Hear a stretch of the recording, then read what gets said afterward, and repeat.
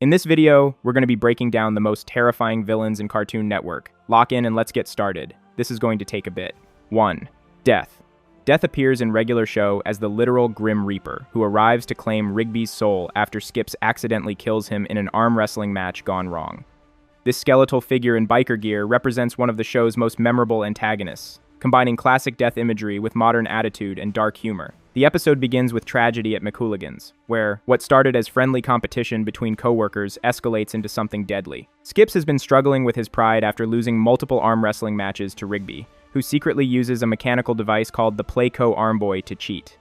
When Mordecai reveals Rigby's deception, Skips becomes consumed with rage and the need to prove his strength. The workplace dynamics shift from playful banter to serious conflict as Skips's immortal nature makes losing feel particularly humiliating.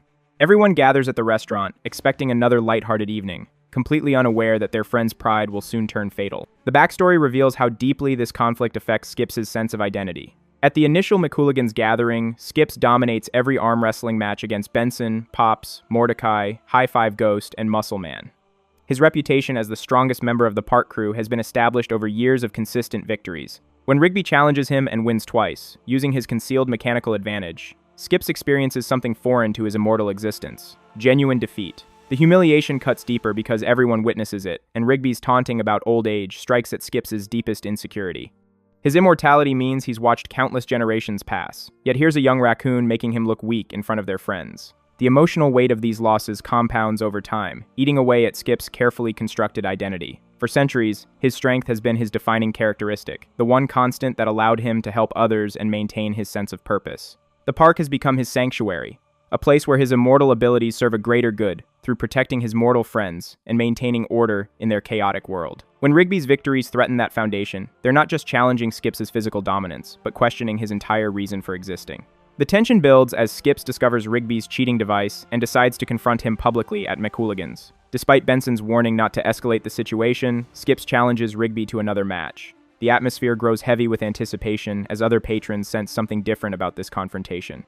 Skips has spent the day training intensively, his fury building with each exercise. He demolishes punching bags, bench presses the park van, and performs one-handed push-ups with supernatural determination.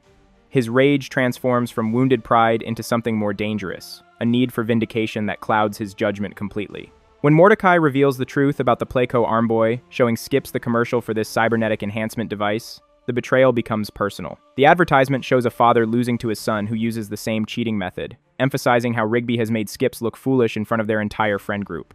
Skips's discovery of the device in Rigby's room while searching through his belongings shows how desperate he's become to understand his losses. The commercial's tagline about being a subsidiary of Yoshimoto Cybernetics adds a layer of corporate absurdity to the deception, making Rigby's cheating feel even more calculated and insulting. The revelation exposes layers of deception that go beyond simple cheating. Rigby hasn't just been using a mechanical advantage, he's been systematically undermining Skip's confidence while enjoying his victories. The raccoon's taunts about Skips getting old, his smug satisfaction at winning, his willingness to let his friends suffer public humiliation, ESS, all of it becomes recontextualized as part of a sustained campaign of psychological warfare. The fact that Rigby could have revealed the truth at any time but chose to let Skips endure the shame makes the betrayal even more painful. At McCooligan's, when Skips reveals the Playco Armboy and exposes Rigby's deception, the moment feels charged with both vindication and impending doom.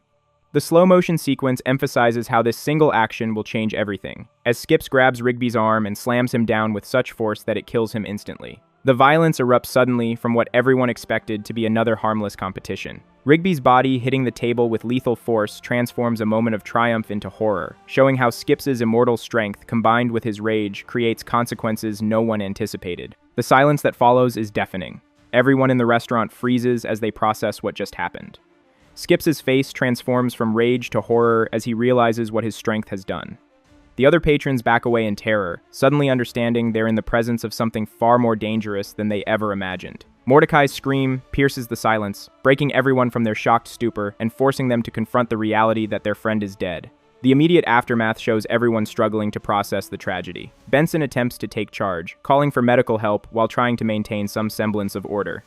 Pops breaks down crying, his childlike innocence shattered by witnessing such sudden violence. Muscle Man and High Five Ghost huddle together, their usual bravado completely gone. The restaurant staff and other patrons flee, wanting no part in whatever supernatural forces they've glimpsed. Only Mordecai stays with Rigby's body, desperately checking for vital signs that aren't there. Death arrives with theatrical flair, riding his flaming motorcycle through a portal directly into the hospital where Rigby's body lies. His entrance immediately establishes him as both terrifying and oddly charismatic. He's not just a grim figure of mythology, but someone with personality and attitude. He greets Skips like an old acquaintance, his cruel laughter echoing through the sterile room as he surveys the scene. The familiarity between them suggests a long history, with Death treating Skips' presence as an inevitability he's been anticipating for years. Death's personality emerges immediately, as arrogant, condescending, and clearly enjoying the suffering he witnesses. His leather jacket and motorcycle present him as a rebel figure, someone who's modernized the traditional image of the Grim Reaper while maintaining his essential nature. When he asks Skips about finally killing someone, his tone suggests both surprise and satisfaction that Skips has crossed the line. The way Death examines Rigby's body and comments on the situation shows he views death as entertainment rather than a solemn duty. His cruel amusement at Skips' distress reveals someone who genuinely enjoys his job. The motorcycle itself deserves attention as an extension of Death's personality. The flames aren't just decorative, they represent the hellish nature of his domain and his role as a supernatural entity who exists between worlds. The vehicle's sudden appearance through a portal demonstrates Death's ability to traverse dimensional boundaries at will, making him a cosmic-level threat rather than just a local supernatural phenomenon. His casual use of such dramatic transportation shows he's not bound by normal physical laws or limitations. When Skips proposes an arm wrestling match for Rigby's soul, Death practically salivates at the opportunity. He's been waiting years to claim Skips' immortal soul, and now he gets both the chance for revenge and entertainment. Death's comment about Skips dodging him for years implies that immortal beings like Skips exist in constant tension with Death, always aware that their supernatural status makes them targets. The way Death removes his jacket to reveal an arm as muscular as Skips' shows the encounter will be evenly matched. He's not just relying on supernatural authority, but genuine physical power. The psychological dimension of their conflict runs deeper than simple antagonism. Death represents everything. Skips' fears about his immortal existence, Immanevit, the inevitability of loss, the weight of centuries, the ultimate meaninglessness of trying to protect mortal beings who will eventually die anyway.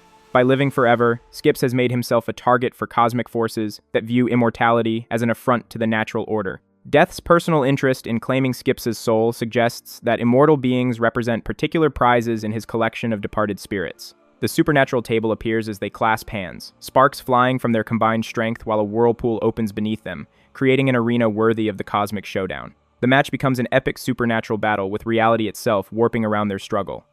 The visual effects emphasize that the confrontation transcends normal physical competition, ATS. It's a battle between forces of nature. Death's muscular arm proves he's no ordinary skeleton, matching Skips' legendary strength while taunting him mercilessly about finally claiming his immortal soul. The arena that materializes around them reflects the cosmic significance of their battle. The whirlpool beneath the table suggests they're fighting over an abyss that could swallow reality itself. Lightning crackles around them, as their power affects the fundamental forces of existence.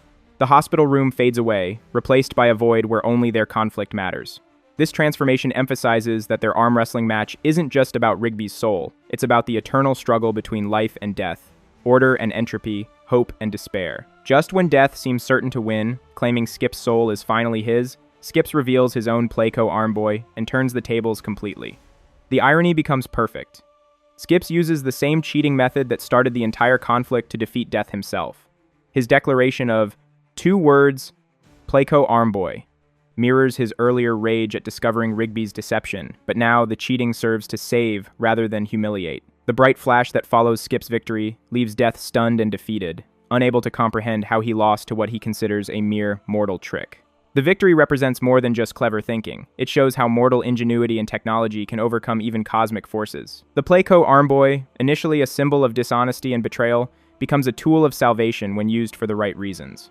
Skips' willingness to cheat, something that would have been anathema to his moral code just hours earlier, demonstrates how desperate circumstances can force good people to compromise their principles for a greater cause. Death's rage is palpable as he's forced to honor their agreement, spitting Rigby's soul back into his body while promising future revenge. His disbelief at being defeated by a mechanical device shows how even supernatural beings can be undone by technology and cleverness. The way he threatens Skips before departing, mark my words, someday I will have your immortal soul, establishes the beginning of an ongoing conflict rather than a resolution. Death's exit through his portal carries the weight of a villain who will return, making the victory feel temporary rather than final. The promise of future confrontation adds ongoing tension to Skips' character throughout the series. Every dangerous situation becomes loaded with extra meaning because viewers know death is waiting for another opportunity. The threat hanging over Skips transforms his heroic actions from simple good deeds into acts of defiance against cosmic forces that want him to fail. His continued survival becomes a victory not just for himself, but for the principle that good can triumph over evil, even when the odds are impossibly stacked.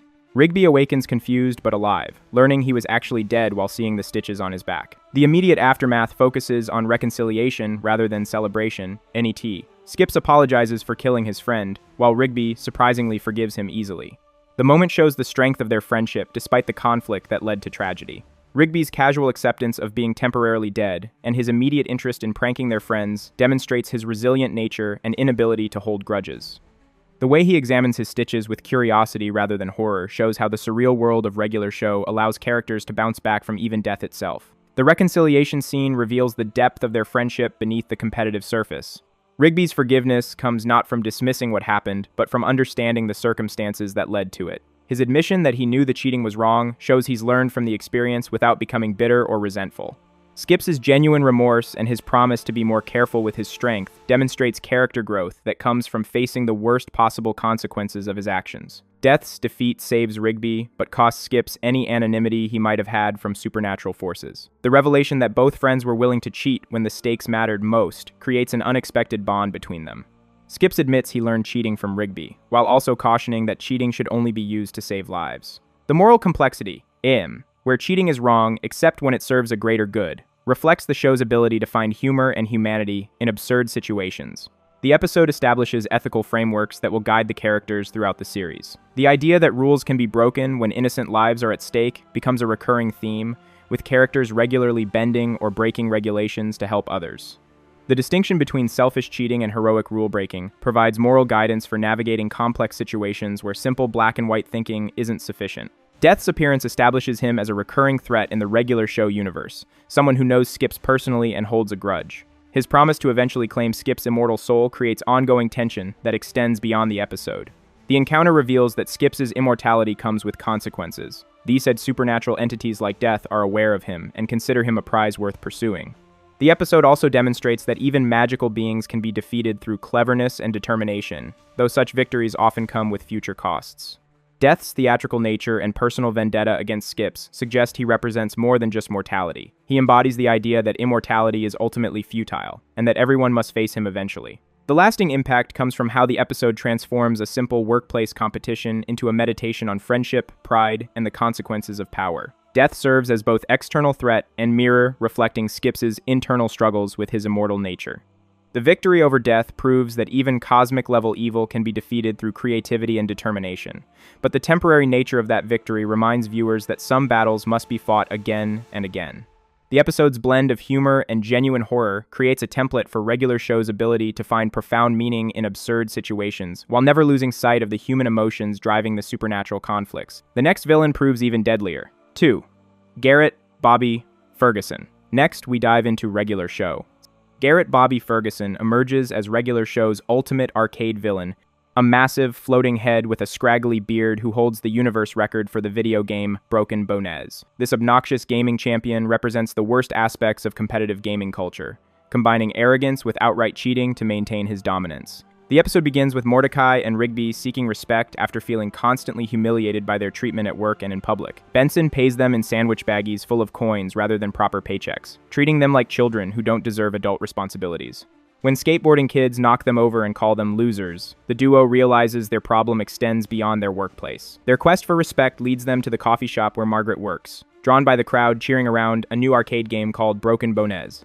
The same kids who bullied them outside are now receiving praise and free donuts for their gaming skills, establishing the connection between video game prowess and social status. The social dynamics at the coffee shop reveal how gaming culture can create new hierarchies that replace traditional markers of success and respect. Age, employment status, and social background become irrelevant when faced with pure skill at the arcade machine. The skateboarding kids who seemed like typical teenage troublemakers outside transform into celebrated champions inside, showing how different environments can completely reverse power structures. For Mordecai and Rigby, both struggling with feeling like failures in conventional adult life, the arcade represents a chance to prove themselves in an arena where their youth and reflexes might actually be advantages. Margaret explains how the arcade game keeps customers engaged while skilled kids demonstrate their abilities to an appreciative audience. When Mordecai sees the skateboarders receiving adulation for their gaming skills, he becomes determined to beat them at their own game. His initial attempt results in negative points, making him and Rigby look even more foolish in front of everyone. The kids mock their sandwich baggy payment method and make jokes about Mordecai's age, calling him Gramps and suggesting he's from the 1920s. The public humiliation drives their obsession with mastering the game, transforming their casual interest into a desperate need for validation. The failure cuts particularly deep because it happens in front of Margaret, whose opinion matters more to Mordecai than he wants to admit. The combination of professional inadequacy at work and romantic insecurity around Margaret creates a perfect storm of masculine anxiety that the arcade game seems to offer to resolve. If he can master Broken Bonez and earn respect from the gaming community, maybe he can prove he's not the loser everyone thinks he island. The sandwich baggies become a symbol of everything wrong with his life: childish, unprofessional, and embarrassing. The tension escalates as Mordecai and Rigby dedicate themselves to improving at Broken Bonez, discovering an effective strategy where one handles the joystick while the other manages the buttons. Their partnership approach proves successful, allowing them to rack up impressive scores and gain recognition from other players. Jack Farley, a mysterious figure who seems connected to the gaming scene, validates their skills and gives them a card stating, "Jack Farley thinks you're awesome." The small token of respect fuels their addiction to the game, leading them to ignore Benson's demands that they return to work immediately. The collaborative approach to gaming reflects their friendship dynamic throughout the series, USEkken. When they work together, instead of competing against each other, they achieve things neither could accomplish alone.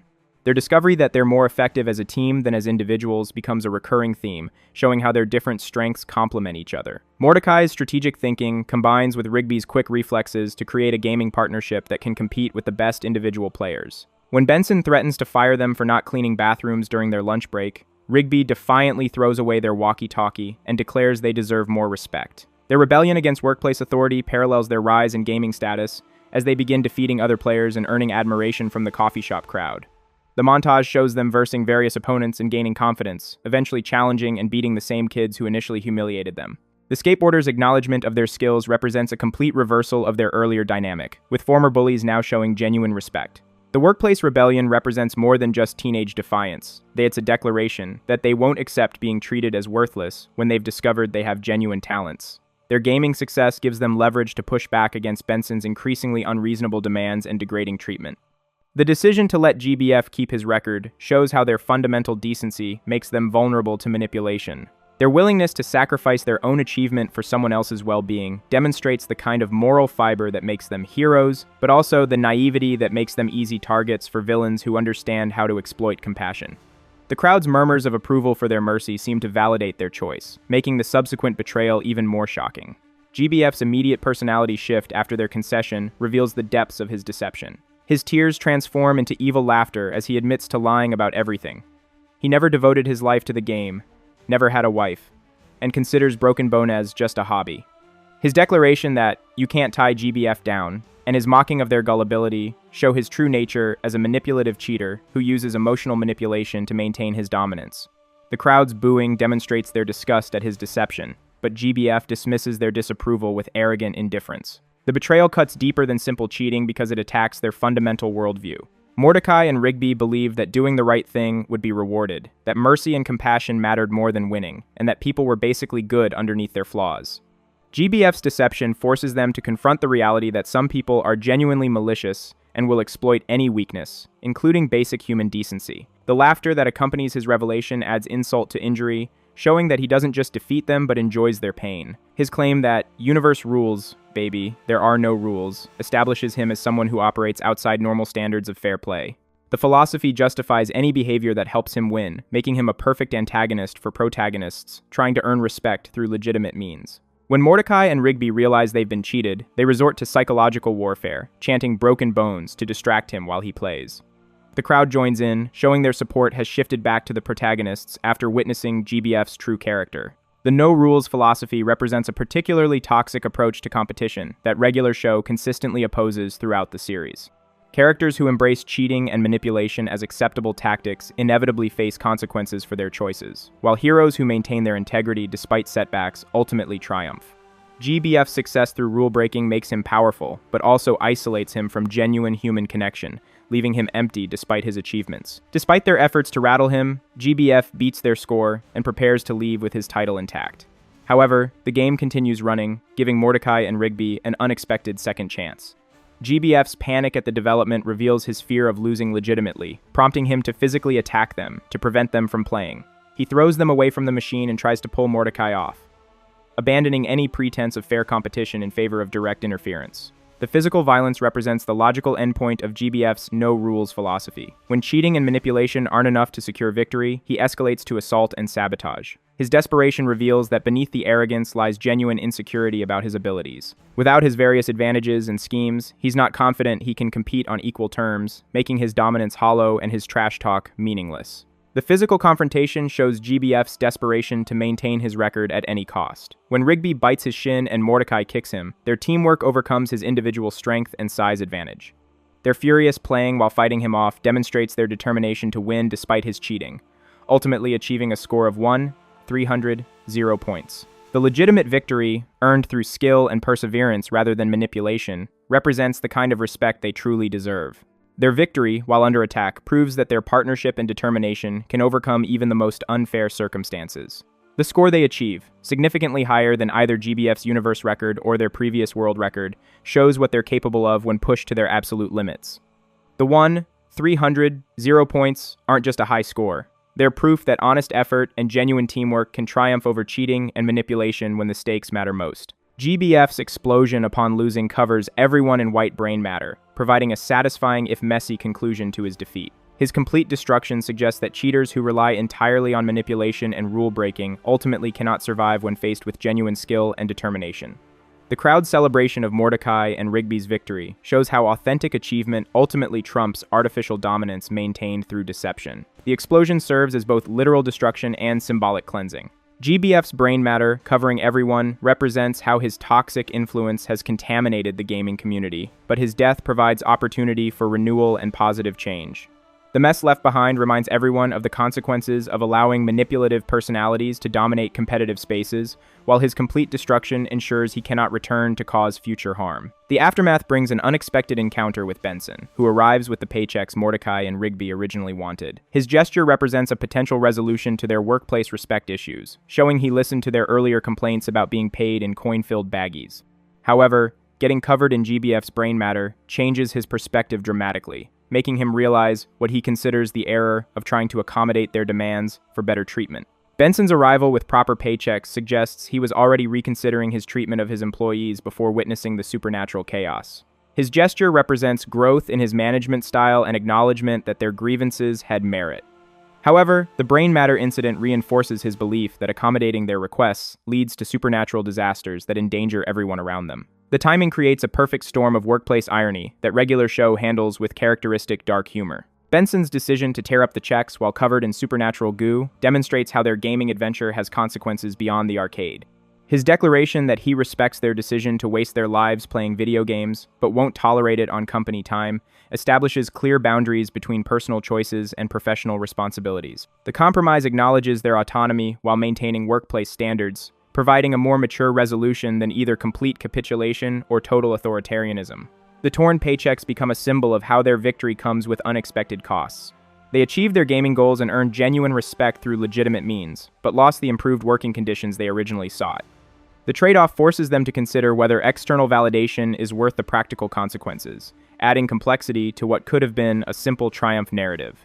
Garrett Bobby Ferguson's impact extends far beyond the single episode, establishing him as regular show's premier gaming villain who represents the dark side of competitive culture.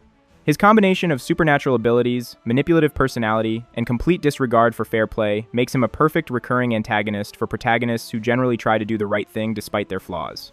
His willingness to cheat, lie, and physically attack opponents to maintain his dominance embodies everything wrong with toxic gaming culture. The character serves as a cautionary tale about the difference between earning respect through skill versus maintaining dominance through manipulation and cheating. His temporary success through emotional manipulation shows how even well-meaning people can be fooled by convincing performances, while his ultimate defeat proves that authentic achievement ultimately triumphs over artificial dominance. The episode establishes themes about the nature of respect, the importance of fair play, and the dangers of letting competitive obsession override basic human decency.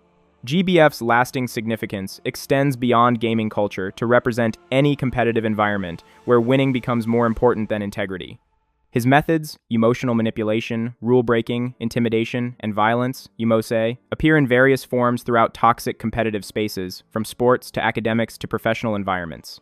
The episode serves as a guide for recognizing and opposing such behavior while maintaining one's own ethical standards. GBF's recurring appearances throughout the series reinforce his role as a unifying antagonist, who challenges not just the protagonist's gaming skills, but their moral character. His return in future episodes, including the regular show movie, demonstrates how certain villains become integral to a show's mythology, representing ongoing conflicts between different approaches to competition and success. His character arc across multiple appearances explores how toxic personalities persist and adapt, requiring constant vigilance from those who value fairness and genuine achievement over winning at any cost. The universe record concept introduced through GBF creates ongoing mythology about cosmic-level competition that extends beyond Earth. His status as universe record holder implies a vast competitive landscape involving multiple planets and species, adding science fiction elements to what began as simple arcade gaming.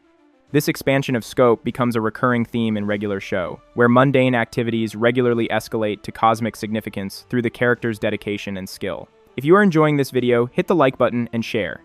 Now, let's dive into our next terrifying antagonist. 3. The Geese. Next, we explore the Geese, who represent one of regular show's most terrifying yet absurd antagonists, 4 giant Canada geese who invade the park with military precision and supernatural abilities.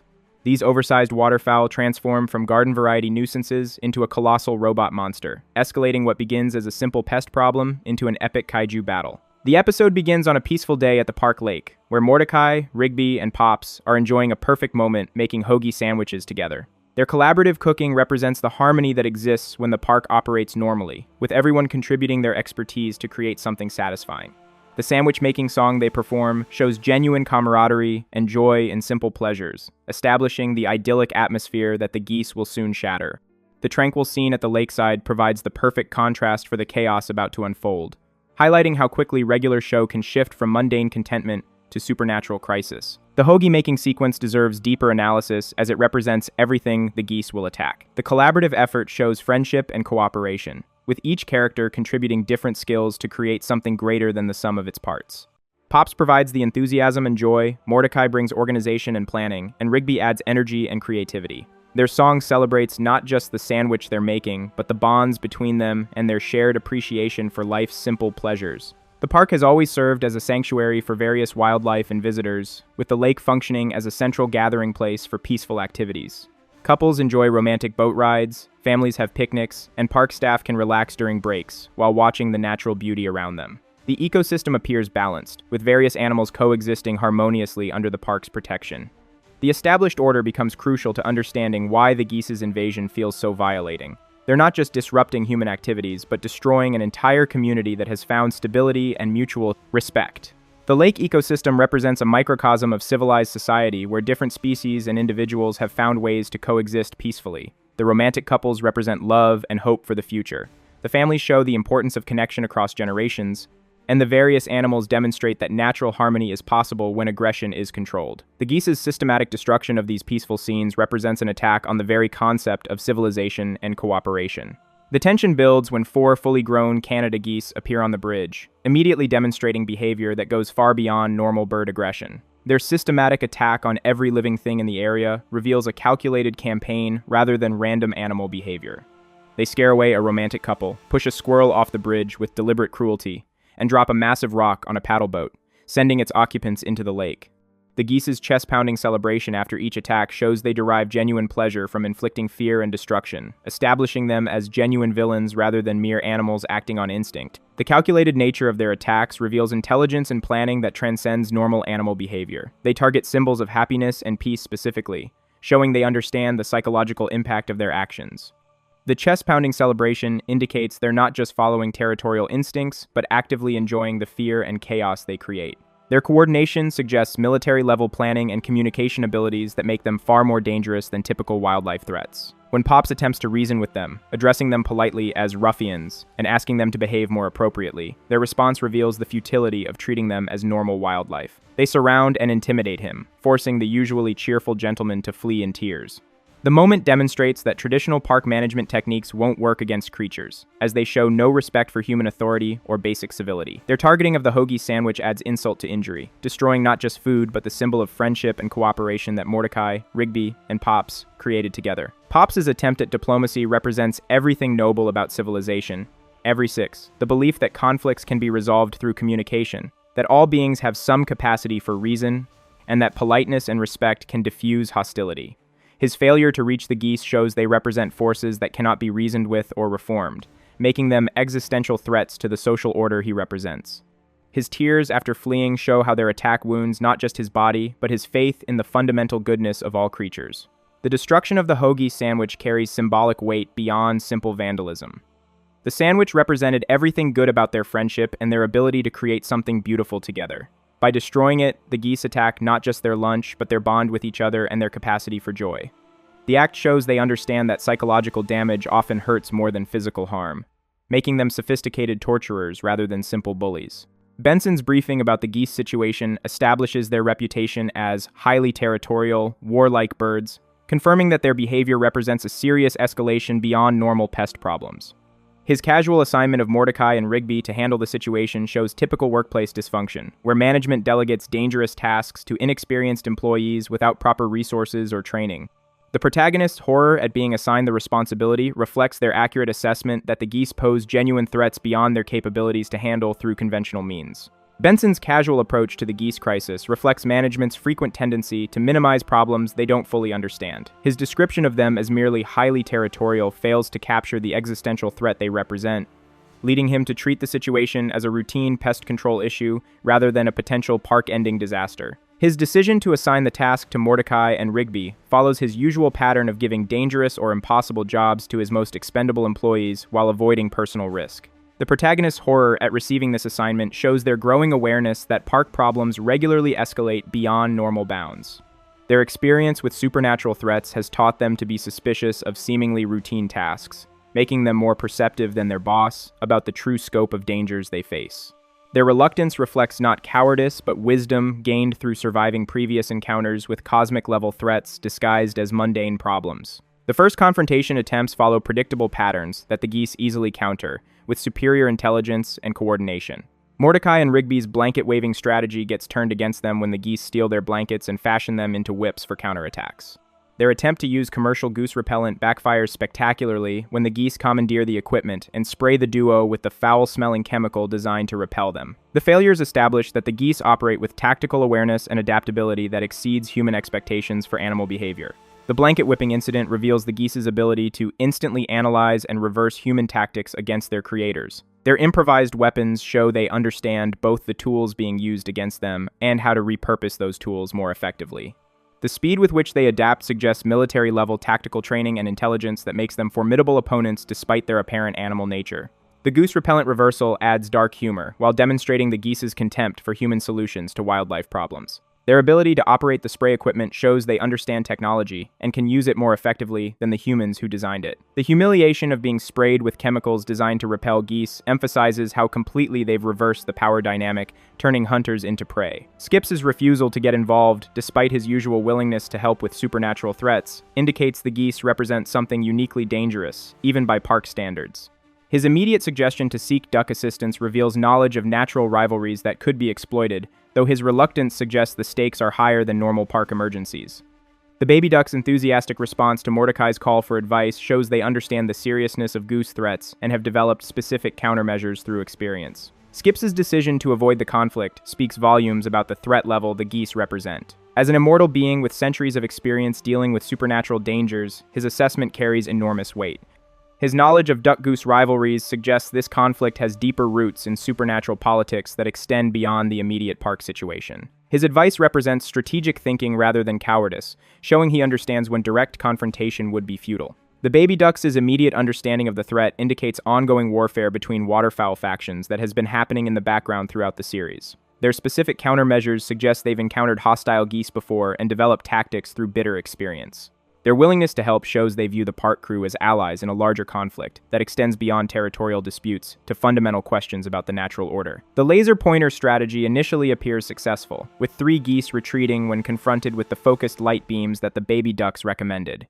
However, the 4th goose's ambush from the bushes reveals their ability to coordinate deceptive tactics, using apparent retreat to set up devastating counterattacks. When all 4 geese reassemble and easily overwhelm the laser strategy, it becomes clear that conventional deterrent methods cannot address threats of this magnitude. The laser pointer success followed by ambush failure demonstrates the geese's sophisticated tactical thinking. Their willingness to sacrifice apparent victory for strategic advantage shows they prioritize long-term success over immediate dominance. The coordinated retreat and ambush require communication and planning abilities that suggest they're operating under unified command with clear strategic objectives rather than acting on random aggressive impulses. The failure of the laser strategy represents the limits of treating supernatural threats as conventional problems. The baby ducks' advice, while well-intentioned, assumes the geese will respond like normal animals to standard deterrents.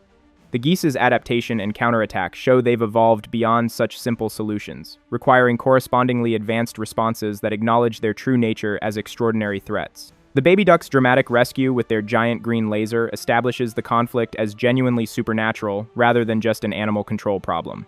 Their immediate recognition of the situation's severity and deployment of advanced weaponry shows the situation represents an escalation in an ongoing territorial dispute between different waterfowl factions. The geese's response, like ISO, glowing red eyes, and articulate speech delivered in ominous deep voices, reveals their true nature as something far beyond normal wildlife. The giant laser's appearance transforms the episode from comedy to science fiction, showing that the baby ducks have been preparing for conflicts of this scale all along. Their advanced technology suggests they're part of a larger supernatural infrastructure that operates parallel to human society. The laser's effectiveness against the geese proves that supernatural threats require supernatural solutions, validating the baby duck's approach while highlighting the inadequacy of conventional methods. The geese's revelation of their true nature through glowing eyes and deep voices confirms they're supernatural entities masquerading as animals. Their articulate speech shows they've been capable of communication all along, but chose violence over diplomacy, indicating their malicious intent rather than animal instinct drives their behavior. The ominous tone suggests they represent forces of chaos and destruction that threaten not just the park, but the entire natural order. The lead goose's declaration about terraforming the lake for our own kind and removing all non-goose lifeforms establishes their goal as complete ecological domination rather than simple territory acquisition. Their systematic approach to environmental modification through violence and intimidation represents a form of biological warfare that threatens not just the park, but potentially the entire region. The mention of fertilizing soil suggests they've been planning the invasion for considerable time, making their threat both immediate and long-term. The terraforming concept reveals the geese's plan extends far beyond simple territorial expansion to fundamental alteration of the ecosystem. Their goal of creating an environment suitable only for geese represents ecological genocide that would destroy all existing life forms and relationships. The biological warfare aspect shows they understand how to use environmental modification as a weapon, making them far more dangerous than conventional military threats. The long-term planning implied by their soil fertilization comments suggests this invasion has been in preparation for years or even decades. Their patience and strategic thinking indicate they're not acting on impulse, but following a carefully developed plan for regional or global domination. The scope of their ambition makes them existential threats to all life rather than simple territorial competitors. The transformation sequence, where both sides reveal their true capabilities, elevates the conflict into full-scale kaiju warfare. The geese's combination into a 4-headed robot monster shows they possess technology and coordination that transcends natural animal behavior, while the baby duck's formation into Duckman demonstrates that supernatural entities have been preparing for conflicts of this scale. The transformations reveal that what appeared to be a simple pest control problem actually represents a battle between opposing forces with reality-warping abilities. The robot transformation sequence serves as both spectacle and revelation, showing that the geese have been hiding their true power until the moment of maximum impact. Their technology suggests they're part of a larger technological civilization that operates beyond human knowledge or understanding. The 4-headed design indicates each goose retains individual identity while contributing to collective power, making them more dangerous than simple drones or mindless soldiers. Duckman's formation demonstrates that the baby ducks have been preparing for exactly this type of threat, suggesting they've been monitoring the geese's activities and developing countermeasures. Their transformation shows they possess comparable technology and coordination, indicating ongoing arms races between supernatural factions that operate parallel to human society. The revelation adds depth to the park's mythology while explaining why seemingly minor wildlife conflicts can escalate to cosmic significance. The ensuing battle showcases the Goose Monster's devastating capabilities through its Scrabble missiles attack system and energy-based weapons that can destroy buildings and vehicles with ease. Their targeting of Mordecai and Rigby's room and television set reveals personal vindictiveness that goes beyond tactical necessity, showing they want to inflict psychological as well as physical damage. The destruction of the standard-definition TV, with commentary about doing them a favor, adds dark humor to their rampage while demonstrating contempt for their victims' lifestyle choices. The Scrabble missiles represent the perfect fusion of destruction and mockery, showing the geese understand both physical and psychological warfare. Their letter-based attack system suggests they view language and communication as weapons to be turned against their enemies. The missiles' effectiveness demonstrates they've weaponized even seemingly innocent elements of human culture, making them more insidious than purely alien threats. The personal targeting of Mordecai and Rigby's possessions shows the geese understand individual psychology and want to inflict maximum emotional damage beyond mere physical destruction. Their mockery of the television's quality indicates they've been observing human lifestyle choices and judging them as inferior. The dark humor in their commentary reveals they enjoy causing both physical and psychological pain, making them sadistic rather than simply pragmatic conquerors. Duckman's initial defeat and the Goose Monster's escalating destruction of park property creates a crisis that requires unprecedented cooperation between human and supernatural allies. The fist-pumping ritual that allows Mordecai and Rigby to merge with Duckman represents the ultimate expression of teamwork, combining their gaming skills with the Baby Ducks' supernatural abilities. The incorporation of their video game console and accessories into the upgraded Duckman shows how their seemingly useless hobbies become crucial assets in extraordinary circumstances. The fist-pumping ritual represents a moment of perfect harmony between human determination and supernatural power. The merger shows that cooperation can overcome individual limitations, creating combined capabilities that exceed what any participant could achieve alone. The inclusion of gaming equipment in the upgraded Duckman validates skills that are often dismissed as worthless, showing how diverse talents become valuable when properly applied to appropriate challenges. The transformation validates the protagonist's lifestyle choices and interests while demonstrating that preparation takes many forms. Their gaming experience provides them with exactly the skills needed to operate Duckman's advanced systems, showing that no knowledge or ability is truly useless if applied creatively. The merger represents personal vindication as well as tactical necessity, proving they have valuable contributions to make, even in cosmic-level conflicts. The final battle sequence utilizes video game mechanics and terminology, with manual control systems and special attacks that mirror arcade fighting games. Mordecai and Rigby's expertise with gaming controllers translates directly into combat effectiveness, proving that skills dismissed as wasteful time wasting can become essential survival tools. The Power Sword attack that dismantles the Goose Monster demonstrates how coordinated teamwork between different species and skill sets can overcome seemingly insurmountable threats. The video game mechanics make the battle accessible and comprehensible, while emphasizing how different types of expertise can be applied to solve problems. The special attacks and control systems show that complex challenges often require specialized knowledge that may come from unexpected sources. The Power Sword represents the culmination of their teamwork, combining human creativity with supernatural power to create something more effective than either could produce alone. The dismantling of the Goose Monster through coordinated special attacks shows that even the most overwhelming threats can be defeated through proper application of teamwork and specialized skills.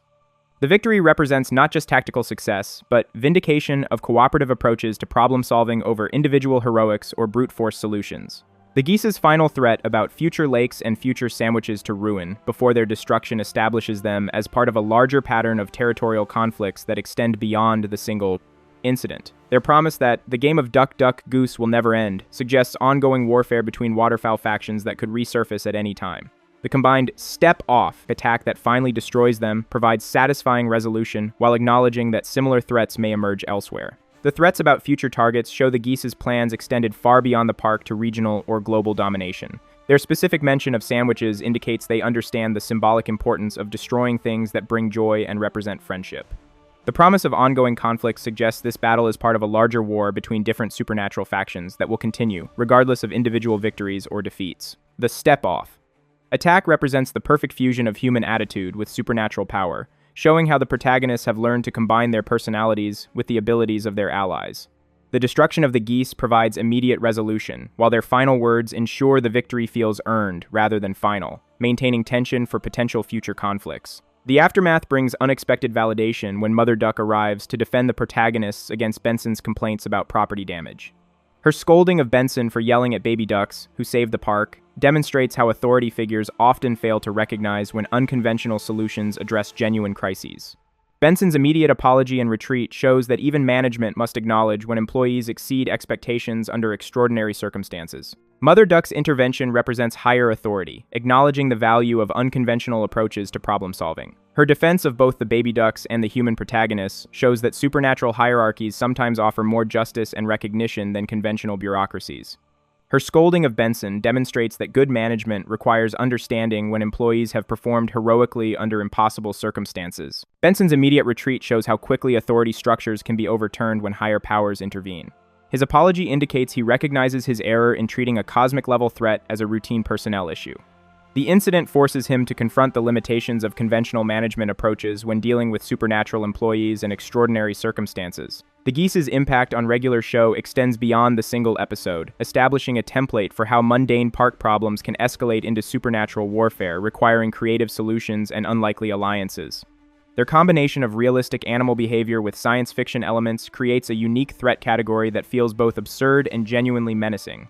The episode demonstrates how environmental conflicts can mask deeper territorial disputes between supernatural factions, with human characters caught in the middle of conflicts they barely understand.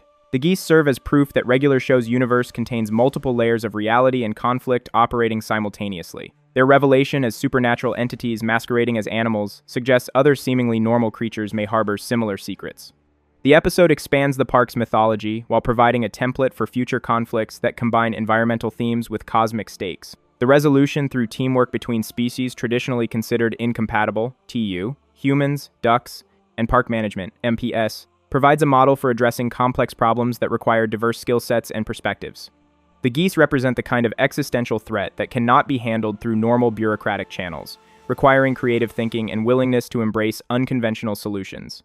Their defeat proves that apparent weaknesses like gaming addiction can become crucial strengths when applied to appropriate challenges, validating characters who are often dismissed as underachievers. The cooperative approach to defeating the Geese becomes a recurring theme throughout regular show, showing how characters with different abilities can combine their strengths to overcome challenges none could face alone. The validation of gaming skills and unconventional knowledge provides hope for viewers who may feel their own interests and abilities are undervalued by conventional society. The next villain makes the rest look like they are allies. 4. Clorgbane the Destroyer. Clorgbane the Destroyer emerges as the defining antagonist of Skips' tragic origin story, a hulking, immortal bully who terrorized Bennett High School and ultimately caused the death of Skips' beloved Mona. This brutish demon represents the kind of unchecked evil that immortal beings must sometimes sacrifice everything to stop, making him central to understanding why Skips chose eternal life. The story of this high school nightmare shaped one of regular show's most heroic characters and demonstrates why Clorgbane remains such a memorable villain despite his brief appearance. The episode unfolds as Skips finally reveals his mysterious past to Mordecai and Rigby during a roofing break, transporting viewers back to Bennett High School, where a young Walks, Skips' original name, encounters a rigidly structured social hierarchy. The school operates like many typical high schools, with distinct cliques, including athletes, bookish types, drama students, goths, and various other social groups. However, this particular institution houses several immortal beings, including the future guardians of eternal youth who serve as the student council and glee club. The presence of supernatural students creates an environment where normal teenage conflicts can escalate into literally world-threatening situations. Bennett High School's headmaster struggles to maintain order despite having no understanding of the supernatural forces at play within his institution. The man's bewilderment becomes increasingly apparent as the story progresses, with his authority figure status meaning nothing to students who possess centuries of experience and power that dwarfs his understanding. His threats of expulsion carry little weight against immortal students who possess abilities far beyond normal teenage rebellion. The school's social dynamics revolve around fear of Clorgbane, who has established himself as the undisputed ruler through systematic intimidation and violence. Other students accept his dominance as an unchangeable fact of life, with even the immortal student council members unable to challenge his authority directly. The supernatural elements of Bennett High School create a unique environment where teenage drama takes on cosmic significance. Regular high school problems like bullying, social hierarchies, and teenage romance become matters of life and death when the participants possess immortal powers and centuries of accumulated anger.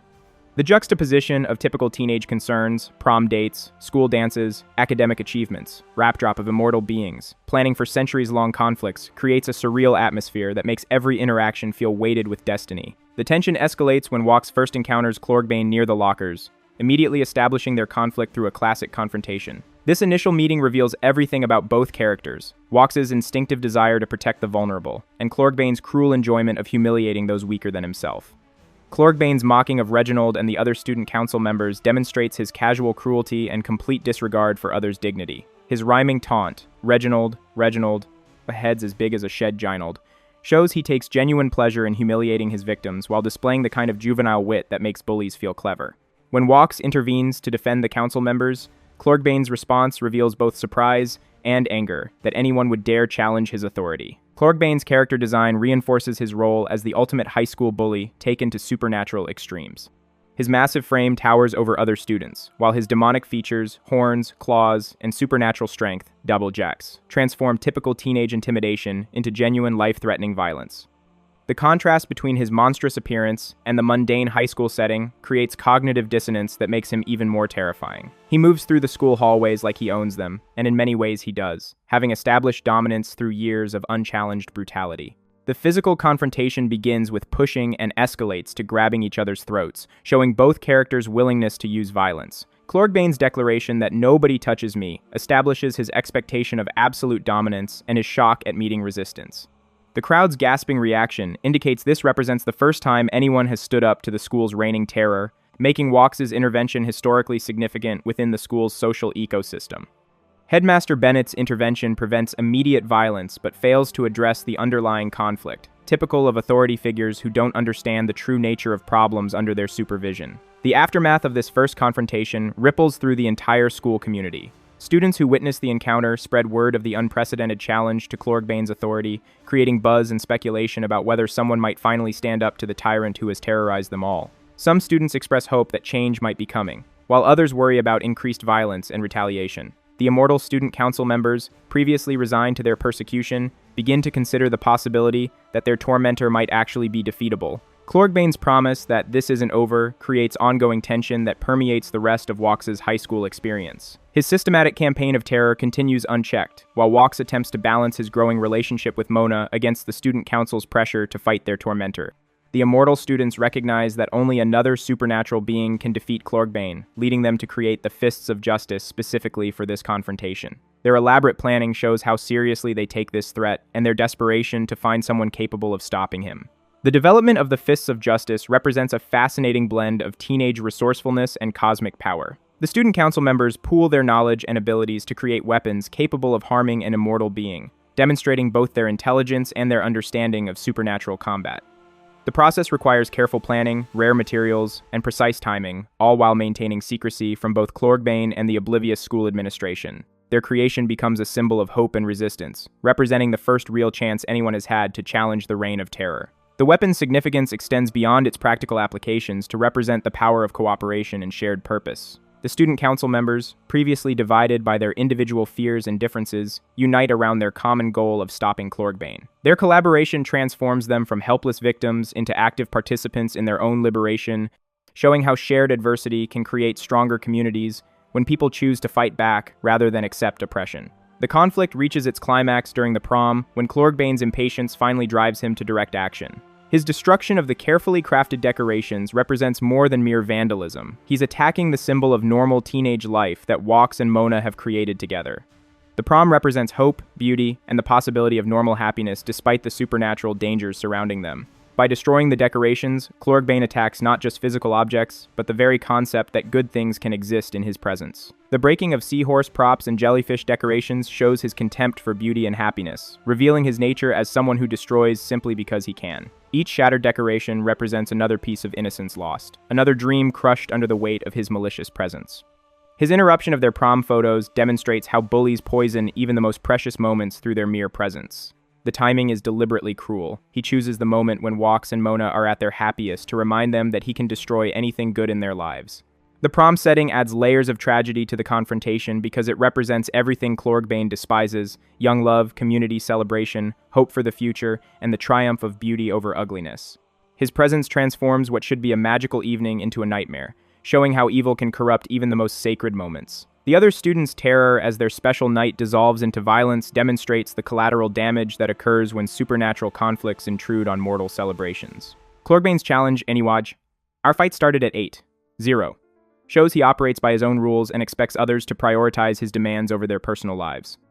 His inability to understand why Walks would choose to spend time with Mona rather than fight him reveals his fundamental inability to comprehend love, friendship, or any emotion beyond anger and dominance.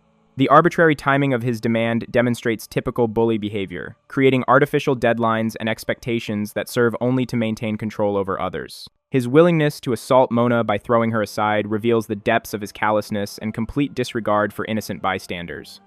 This action crosses a line from supernatural intimidation into direct harm of civilians, showing that his evil extends beyond targeting other immortal beings to threatening anyone who gets in his way.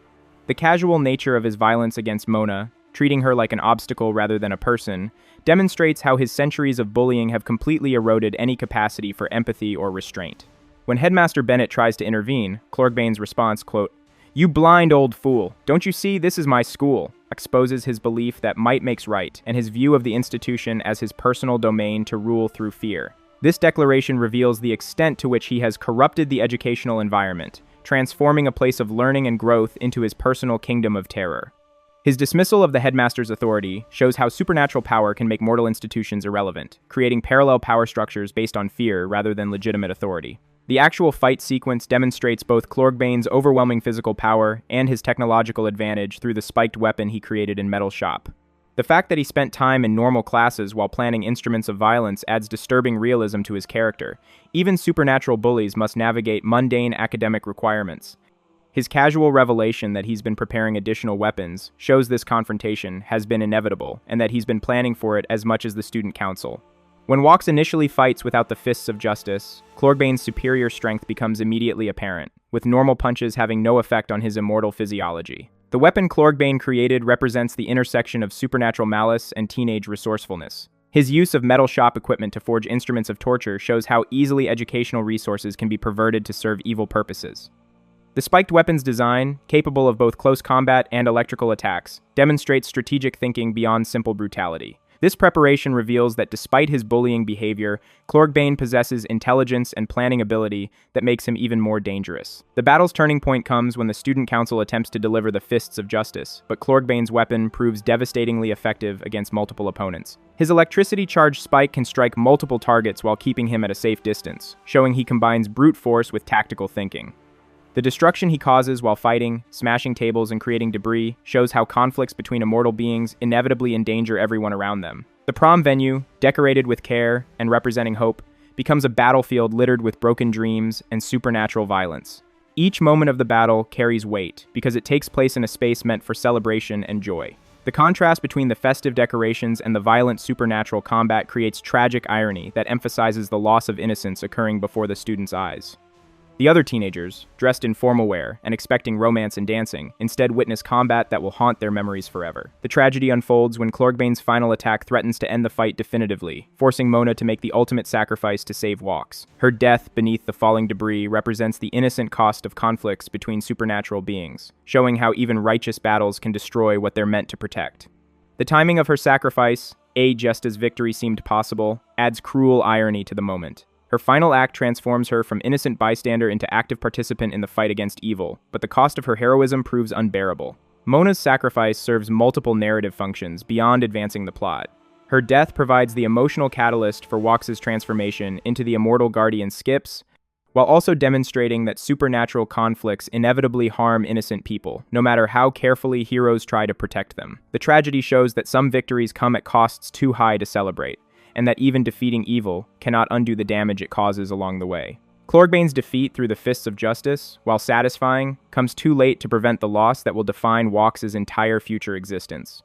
The weapon's effectiveness against his immortal form provides vindication for the student council's planning and preparation, but the victory feels hollow because it cannot restore what was lost. The moment represents both triumph and tragedy. Evil is defeated, but innocence dies in the process. Clorkbane's punishment, USA, being punched into the stratosphere to orbit Earth for 157 years, establishes him as a threat that will eventually return. This cosmic exile demonstrates the kind of extreme measures required to deal with immortal villains who cannot be permanently killed through conventional means. The specificity of the 157-year time frame creates a ticking clock that adds urgency to the entire narrative, while the orbital punishment adds dark humor to what might otherwise be simple banishment. The creative nature of his punishment reflects both the supernatural abilities available to his opponents and their desire to ensure he cannot immediately return to cause more harm. The image of this massive demon spinning helplessly in space for over a century provides some satisfaction for his victims, while ensuring the threat remains contained but not eliminated. The temporary nature of this solution creates ongoing tension because everyone knows he will eventually return. The Guardian's prediction that he will return to harm others creates the necessity for Walks to accept immortality, showing how one villain's evil can force heroes into eternal vigilance. This transformation from normal teenager to immortal Guardian represents the ultimate cost of Clorgbane's evil, not just the lives he destroys directly, but the sacrifices he forces his opponents to make in order to protect future victims. The decision to become immortal means giving up normal human experience, relationships, and the natural cycle of life and death. The revelation that Clorgbane's eventual return motivated Skips' immortality transforms him from a simple school bully into the catalyst for one of regular show's most important character origins. His brief appearance in Skips' past explains the immortal Yeti's dedication to protecting others and his willingness to make personal sacrifices for the greater good. The knowledge that Clorgbane will return someday adds weight to Skips' daily existence, making every peaceful moment precious because it's temporary. This backstory provides context for Skips' behavior throughout the series, UTS. His mysterious knowledge, his willingness to take on dangerous tasks alone, and his sometimes distant demeanor all make sense in light of his tragic past. The burden of knowing that a cosmic-level threat will eventually return creates constant tension in his life, transforming every quiet day into a temporary reprieve rather than lasting peace. Clorgbane's impact extends beyond his immediate actions, to represent the kind of evil that requires eternal opposition. His combination of supernatural power, sadistic personality, and complete disregard for others makes him the perfect villain to justify Skips' immortal mission. The tragedy he caused by killing Mona adds emotional depth to Skip's character, while explaining his sometimes distant demeanor and his deep understanding of loss. This backstory transforms Skips from a mysterious park employee into a tragic hero carrying centuries of responsibility and grief. The character development that emerges from this origin story enriches every subsequent appearance of Skips in the series. Understanding his motivation and the sacrifice he made provides deeper meaning to his protective actions and his willingness to face supernatural threats that terrify others. His expertise with magical and dangerous situations stems not from academic study, but from bitter personal experience with the cost of failing to stop evil in time. The villain's lasting significance comes from how he embodies the kind of threat that ordinary people cannot face alone. His defeat required supernatural weapons, immortal allies, and ultimately the sacrifice of an innocent life, showing that some battles exact costs that extend far beyond the immediate participants.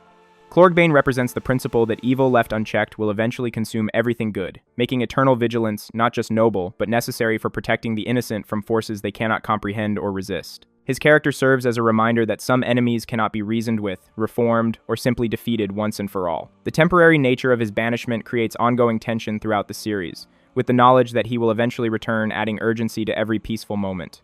This creates a sense of borrowed time that makes every victory temporary and every moment of happiness precious. The broader themes Clorgbane represents resonate beyond the specific context of regular show to address universal concerns about the persistence of evil and the sacrifice required to oppose it.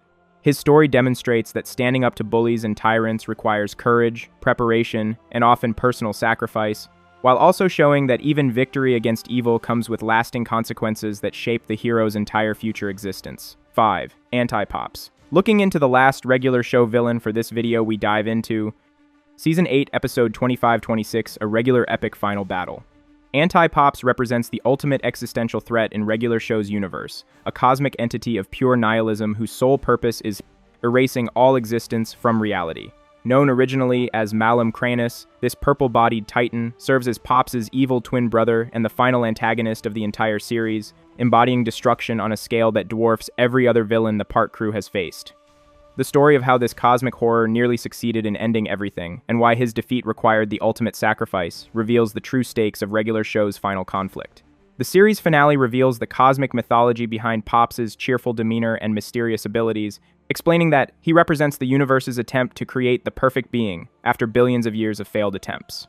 The cosmic backstory transforms what seemed like a simple cartoon about park employees into an epic tale of universal forces playing out on Earth. The Lollyland residents explain through ancient tapestries how different versions of their people were, born over billions of years, never quite right, until Pops finally emerged as the ultimate creation. However, this cosmic perfection came with a terrible price. The universe's need for balance automatically created anti-Pops as an equal and opposite force. This eternal cycle has repeated every 14 billion years, with each battle ending in mutual destruction and universal reset. The revelation of this cyclical destruction recontextualizes everything viewers have experienced throughout regular show's run. Every character development, every relationship, every victory and defeat has occurred within one iteration of an endless loop of creation and destruction. The knowledge that this cycle has repeated countless times adds tragic weight to every moment, because it suggests that nothing the characters accomplish can permanently matter if the universe resets every few billion years. The Guardian of Lollyland serves as the sole witness to these cosmic conflicts, existing purely to record their outcomes across countless eons. Her revelation that she has never seen the battle end in victory, only mutually assured destruction followed by a reset of the universe, establishes the hopeless nature of this eternal conflict. The ancient tapestries show that even when the park crew assists Pops, as they have in previous cycles, the result remains the same: two fists colliding in space, ending everything and beginning it anew. This fatalistic prophecy creates dramatic tension because it suggests that no matter what the heroes do, they are doomed to repeat the same tragic ending. The Guardian's role as eternal witness adds existential horror to the conflict because she represents the burden of remembering what everyone else forgets. Her isolation across billions of years, watching the same tragedy unfold repeatedly while being powerless to change the outcome, creates sympathy for someone who has become the universe's living memory of failure. Her presence suggests that some beings are cursed to remember suffering, even when everyone else gets the mercy of forgetting. The tension escalates when Anti-Pops finally arrives at Lollyland, initially delayed by mundane problems, like erasing half his engine and getting attacked by a space deer during his journey. These moments of dark comedy contrast sharply with his devastating power once he reaches the battlefield, creating tonal whiplash that makes his eventual violence even more shocking. His dramatic entrance into the Colosseum demonstrates his theatrical nature, announcing himself as the ferocious fighter, the erratic eraser, while treating the universe's potential destruction as entertainment. His casual dismissal of the park crew's elaborate traps, that tickled, after surviving missiles, lasers, spikes, and a train crash, establishes his invulnerability to conventional attacks. Anti-Pop's personality combines cosmic power with petty cruelty, making him both utterly alien and disturbingly human in his capacity for spite. His theatrical announcements and dramatic gestures reveal someone who genuinely enjoys the process of destruction rather than simply viewing it as necessary. This sadistic pleasure in causing suffering makes him more terrifying than a simple force of nature, because his malice is personal and deliberate rather than indifferent.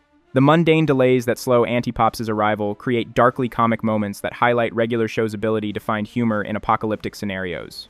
The idea that cosmic destruction can be delayed by engine trouble and wildlife encounters adds absurdist elements that prevent the finale from becoming overwhelmingly grim while still maintaining the serious stakes. These delays also create false hope that perhaps the confrontation can be avoided or postponed indefinitely. The initial one-on-one battle between the brothers showcases both their incredible abilities and the fundamental difference in their approaches to conflict. Pops fights defensively, turning Anti-Pops' attacks into harmless butterflies and creating protective barriers, while Anti-Pops relies on pure destructive force through his erasing beams.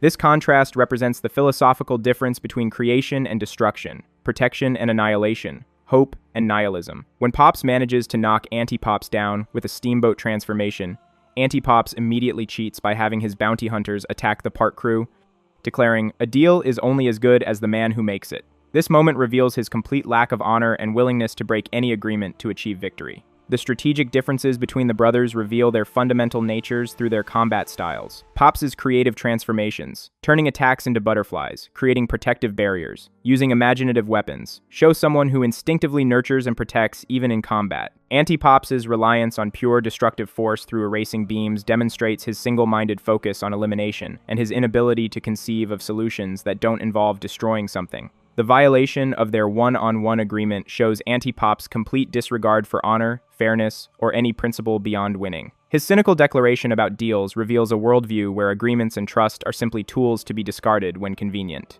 This betrayal transforms the cosmic battle from a fair contest into an ambush, showing how evil corrupts even formal combat through cheating and dishonor. The battle's scope expands dramatically when Anti-Pops transforms into his Titan form, growing to massive size and wielding an erasing beam powerful enough to eliminate entire groups of people instantly.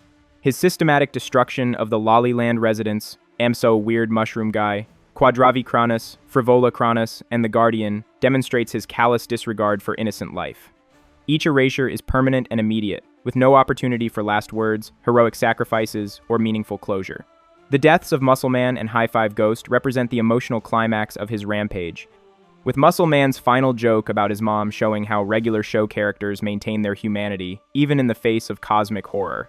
The Titan transformation represents Anti-Pops embracing his full destructive potential, abandoning any pretense of fair combat for overwhelming force. The size difference between him and his opponents creates visual metaphors for the hopelessness of their situation, which sour, they are literally dwarfed by the magnitude of the threat they face. The erasing beam's efficiency makes each death quick and clinical, denying victims even the dignity of dramatic final moments. The systematic nature of the killings creates mounting horror, as beloved characters disappear one by one, despite their best efforts to survive. Each erasure removes not just a character, but all their relationships, memories, and contributions to the story, making the losses feel both personal and universal. The randomness of who dies and who survives creates arbitrary tragedy that reflects the senseless nature of cosmic-level destruction. Anti-Pops' declaration that all your friends are going to die, and there's nothing you can do about it, while systematically erasing the assembled heroes, reveals his sadistic pleasure in causing psychological torment alongside physical destruction.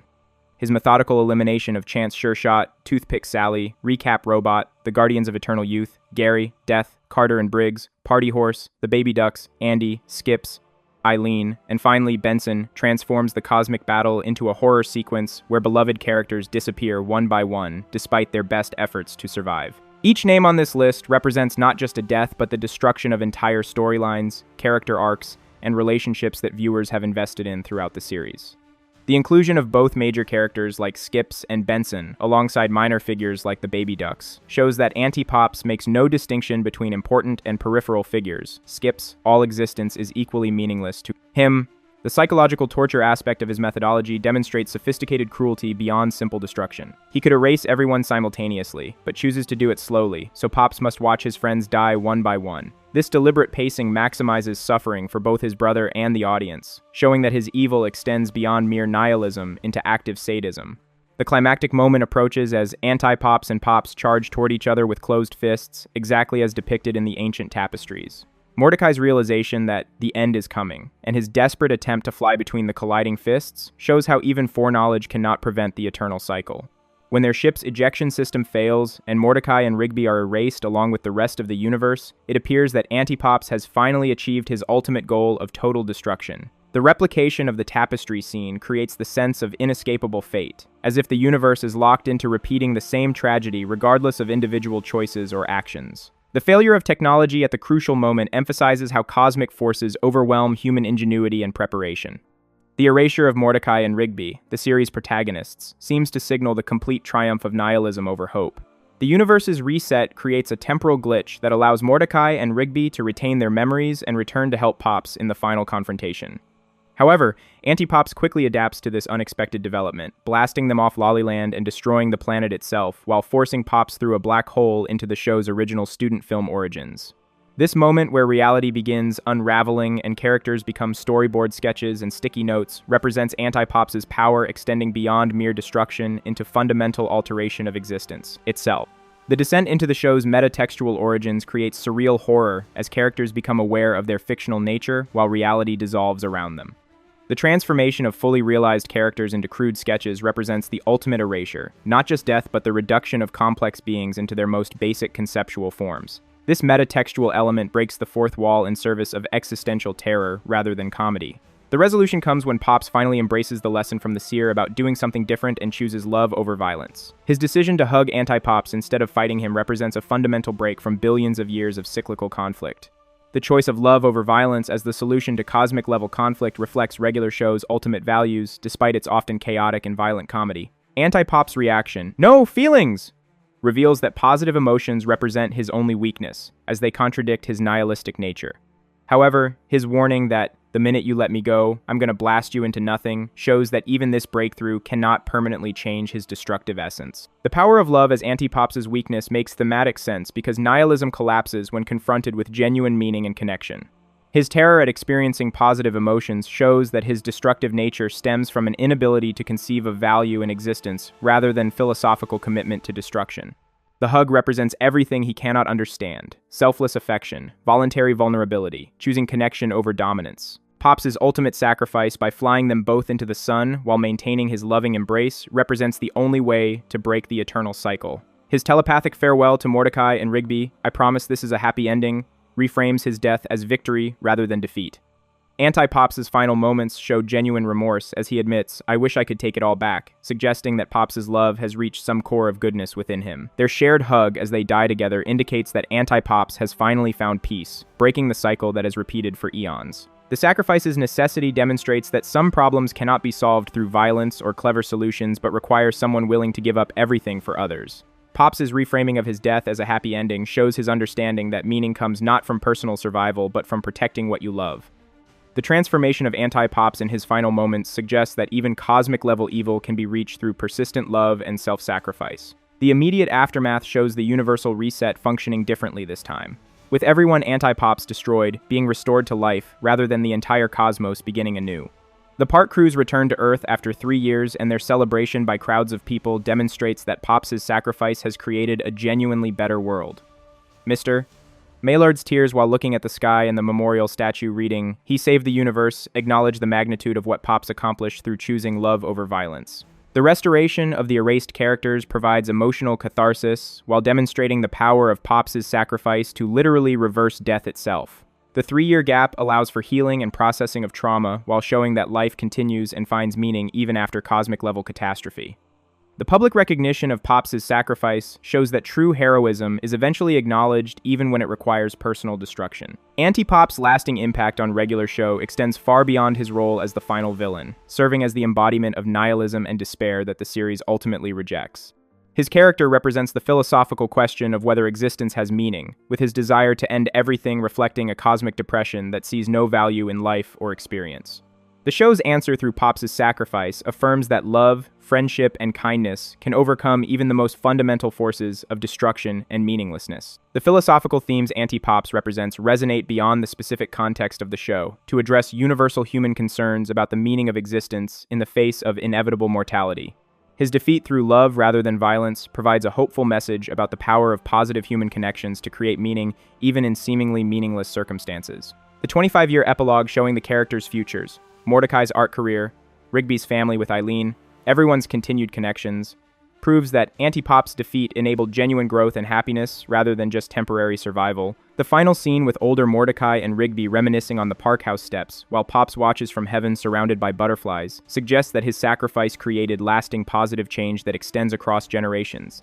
Anti-Pops' legacy becomes not one of destruction, but of demonstrating that even cosmic-level hatred can be overcome through persistent love and self-sacrifice. Stick around and let's go further with Cartoon Network's darkest villain. 6. The Lich. Adventure Time. The Lich introduces the Lich as Adventure Time's ultimate embodiment of cosmic horror and existential dread, an ancient, undead entity whose single purpose is eradicating all life from existence.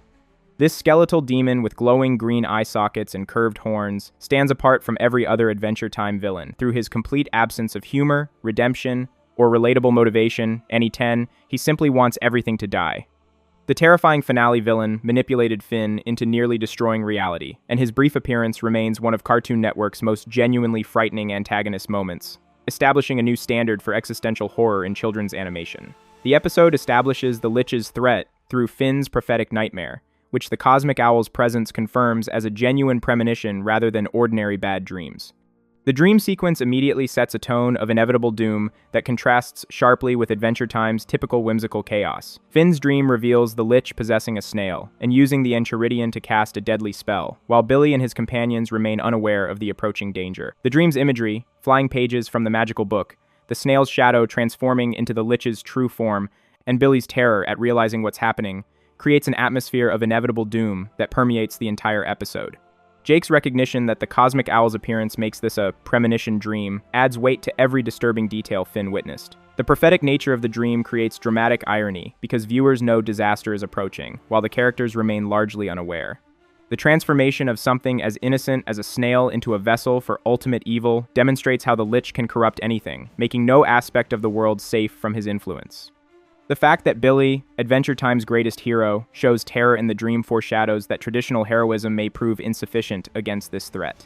The visual symbolism of the dream sequence reinforces themes of corruption and inevitable doom. The pages flying from the Enchiridion represent knowledge being scattered and misused, while the shadow transformation shows how evil can hide behind innocent appearances. Billy's terror in the face of the Lich suggests that even the most experienced heroes can be overwhelmed by forces of pure destruction. Billy's secret crack serves as the hero's base of operations, but the location feels contaminated by the dream's foreboding. When Finn and Jake arrive at 3 in the morning to warn Billy, his aggressive reaction, "What the heck are you guys doing in my crack?" initially seems like reasonable annoyance at being awakened. However, his demeanor shifts dramatically when Finn mentions the cosmic owl, recognizing the ill omen of grave significance that prophetic dreams represent. Billy's immediate transition from sleepy irritation to cosmic urgency demonstrates how seriously Adventure Time treats supernatural warnings and fate. The dramatic tonal shift when Billy learns about the cosmic owl shows his deep understanding of mystical forces and prophetic signs. His recognition of the dream's significance validates Finn's concerns while establishing the cosmic stakes of their situation. The fact that even Billy, usually confident and unflappable, becomes worried about the prophecy emphasizes the severity of the threat they're facing. The crack location itself becomes symbolically important as a hidden space where heroes plan their resistance against ultimate evil. The name creates unintentional humor while serving as a refuge from the forces gathering against them. The private nature of Billy's hideout suggests that some battles must be fought in secret, away from the normal world that heroes protect. The tension escalates during their mission to collect gems from various crowns of power across the land. Billy's explanation that they must snatch the gems rather than ask for them because the fate of the world hangs in the balance creates moral ambiguity that should serve as a warning sign. Their theft spree takes them through the Ice Kingdom, various princess domains, and finally to Lumpy Space Princess, with each robbery feeling increasingly wrong despite the supposedly noble goal. Finn's discomfort with stealing, particularly when he struggles to extract LSP's deeply embedded gem, hints at his innate moral compass, recognizing something amiss with their methods. The moral complexity of stealing for a greater good creates internal conflict for Finn, who has built his identity around helping others and doing the right thing. Each theft forces him to compromise his principles, creating cognitive dissonance between his heroic self-image and his current actions. The progression from simply taking Ice King's crown gem to struggling with LSP's embedded gem shows his growing discomfort with the mission's methods. The various theft locations create a tour of Adventure Time's world that becomes increasingly uncomfortable as the moral ambiguity deepens. Each princess domain they rob represents a violation of trust and diplomatic relations, while the casual nature of their thefts suggests that even heroes can rationalize questionable behavior when they believe the stakes are high enough. The ease with which they accomplish these thefts also hints that something about the situation may not be what it seems. Billy's insistence on speed and secrecy prevents Finn from fully processing the ethical implications of their actions. The urgency creates pressure that overrides moral considerations, showing how crisis situations can manipulate people into acting against their better judgment. The fact that Billy, a legendary hero, is directing these thefts provides authority that makes questioning the mission seem selfish or naive. The revelation of Billy's true identity occurs in the most horrifying way possible when Princess Bubblegum's Gumball Guardian blasts him in the face, literally tearing away half of his stolen appearance to reveal the lich beneath. The visual of Billy's familiar, heroic face peeling away to expose the lich's skull creates one of Adventure Time's most disturbing moments. The background fading to black as the lich attempts to reassert mental control over Finn emphasizes how this entity operates on a psychological level, using manipulation and deception rather than brute force to achieve his goals. The body horror aspect of the reveal creates visceral terror as viewers realize they've been watching the Lich masquerade as their beloved hero throughout the entire episode. The literal unmasking shows how thoroughly evil can corrupt and replace good, wearing the face of heroism while pursuing destructive goals. The psychological horror comes from realizing that every word and action attributed to Billy was actually the Lich manipulating the heroes toward their own destruction. The fade to black during the Lich's mental assault creates a sense of supernatural dread, suggesting powers that transcend normal physical combat. The emphasis on psychological manipulation over brute force makes the Lich more terrifying because it shows his intelligence and strategic thinking. The attempt to reassert control over Finn demonstrates that the Lich views others as tools to be used rather than opponents to be defeated. The Lich's dialogue during his final manipulation attempt reveals his sophisticated understanding of human psychology and his willingness to exploit Finn's desires. His promises of eternal life and anything you want demonstrate how cosmic evil adapts its approach to each victim's weaknesses. When Finn recognizes the deception and accuses the Lich of wanting to mess everyone up, the entity's response shows frustration at losing control over someone he considered easily manipulated. His diving attack when verbal persuasion fails represents the desperation of a creature accustomed to having mortals bend to his will. The manipulation tactics reveal the Lich as a master of psychological warfare who understands what motivates heroes and how to corrupt those motivations. His offers appeal to Finn's desire to help others and achieve great things, showing how evil can disguise itself as opportunity or empowerment. The shift to physical violence when manipulation fails shows that the Lich's preference for psychological control stems from efficiency rather than any moral restraint. The frustration the Lich displays when Finn resists his mental influence reveals arrogance and overconfidence in his manipulative abilities. His assumption that all mortals can be easily controlled shows a fundamental underestimation of human willpower and moral conviction. The desperate diving attack represents a loss of composure that makes him more dangerous, but also more vulnerable. Finn's decision to destroy the Enchiridion over his knee appears heroic, but actually plays directly into the Lich's hands, as breaking the book creates the interdimensional portal the entity needed all along. The Lich's triumphant laughter and his mocking thanks. "Thanks, Finn, I couldn't have done it without you," reveal how thoroughly he has manipulated events from the beginning. This moment transforms Finn from hero to unwitting accomplice, showing how even well-intentioned actions can serve evil purposes when information is incomplete or manipulated. The irony of Finn's heroic gesture actually enabling the villain creates profound dramatic impact while demonstrating the sophisticated nature of the Lich's planning. The revelation that destroying the book was the goal all along recontextualizes every previous scene, showing how the Lich guided events toward this specific outcome. The mocking gratitude adds insult to injury, while emphasizing how thoroughly Finn has been manipulated. This reversal demonstrates Adventure Time's willingness to subvert heroic tropes and show how good intentions can be weaponized by evil. The moment teaches viewers about the danger of acting without complete information, while showing how manipulative individuals can exploit heroic impulses. The transformation of Finn from hero to unwitting accomplice adds psychological complexity that elevates the stakes beyond simple good versus evil conflict. The portal's activation creates immediate chaos as Jake gets dragged through while trying to stop the Lich, forcing Finn to choose between safety and loyalty to his best friend. Princess Bubblegum's horrified, "What did you do?" captures the magnitude of Finn's mistake, while the scattering gems represent the permanent consequences of their actions. The Lich's casual dismissal of Jake's desperate attempts to stop him, kicking the dog aside like a minor inconvenience, demonstrates his complete disregard for individual lives or suffering. The forced choice between safety and loyalty creates immediate stakes that personalize the cosmic threat. Finn's decision to follow Jake through the portal shows his character growth, while also playing into the Lich's hands by removing both heroes from their world. The scattering gems create visual symbols of how their mission has failed and how their actions have caused lasting damage rather than preventing it. Princess Bubblegum's horrified reaction provides external validation of the magnitude of the disaster, while emphasizing how Finn's actions have betrayed the trust others placed in him. Her question captures the shock and disbelief of realizing that heroic intentions have led to catastrophic results. The Lich's casual dismissal of Jake's interference shows his view of individual beings as meaningless obstacles rather than worthy opponents. The episode's cliffhanger, ending with Finn and Jake transported to an alternate reality farmhouse, creates existential uncertainty about the nature of their entire adventure. The sight of Finn with his biological mother and Jake as an ordinary dog suggests they may have been pulled into a dimension where their heroic lives never existed. This transportation serves the Lich's ultimate goal by removing two of the most effective forces for good from their original reality, leaving that world defenseless against his continued destruction. The alternate reality revelation adds existential horror to the story by suggesting that everything viewers have experienced might not be the real version of these characters. The domestic scene with Finn's mother and normal Jake creates cognitive dissonance between this peaceful life and the adventure-filled existence viewers know. The implication that their heroic lives might not exist in this reality raises questions about identity, purpose, and the nature of reality itself. The strategic brilliance of the Lich's plan becomes clear as he accomplishes multiple goals simultaneously, opening an interdimensional portal, removing the primary heroes from their world, and potentially trapping them in a reality where they lack the knowledge and relationships needed to oppose him. The cliffhanger ending leaves viewers uncertain about whether rescue is possible or if the heroes are permanently trapped in this alternate existence. The Lich's impact on Adventure Time extends far beyond this single episode, establishing him as the series' primary cosmic threat and the embodiment of entropy itself.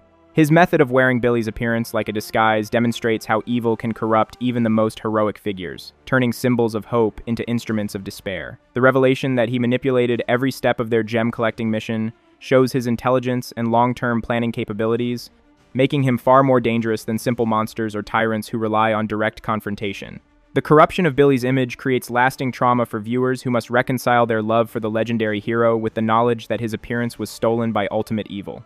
The Lich's ability to perfectly mimic Billy's mannerisms and knowledge shows sophisticated shape-shifting abilities that make any future appearance of beloved characters potentially suspect.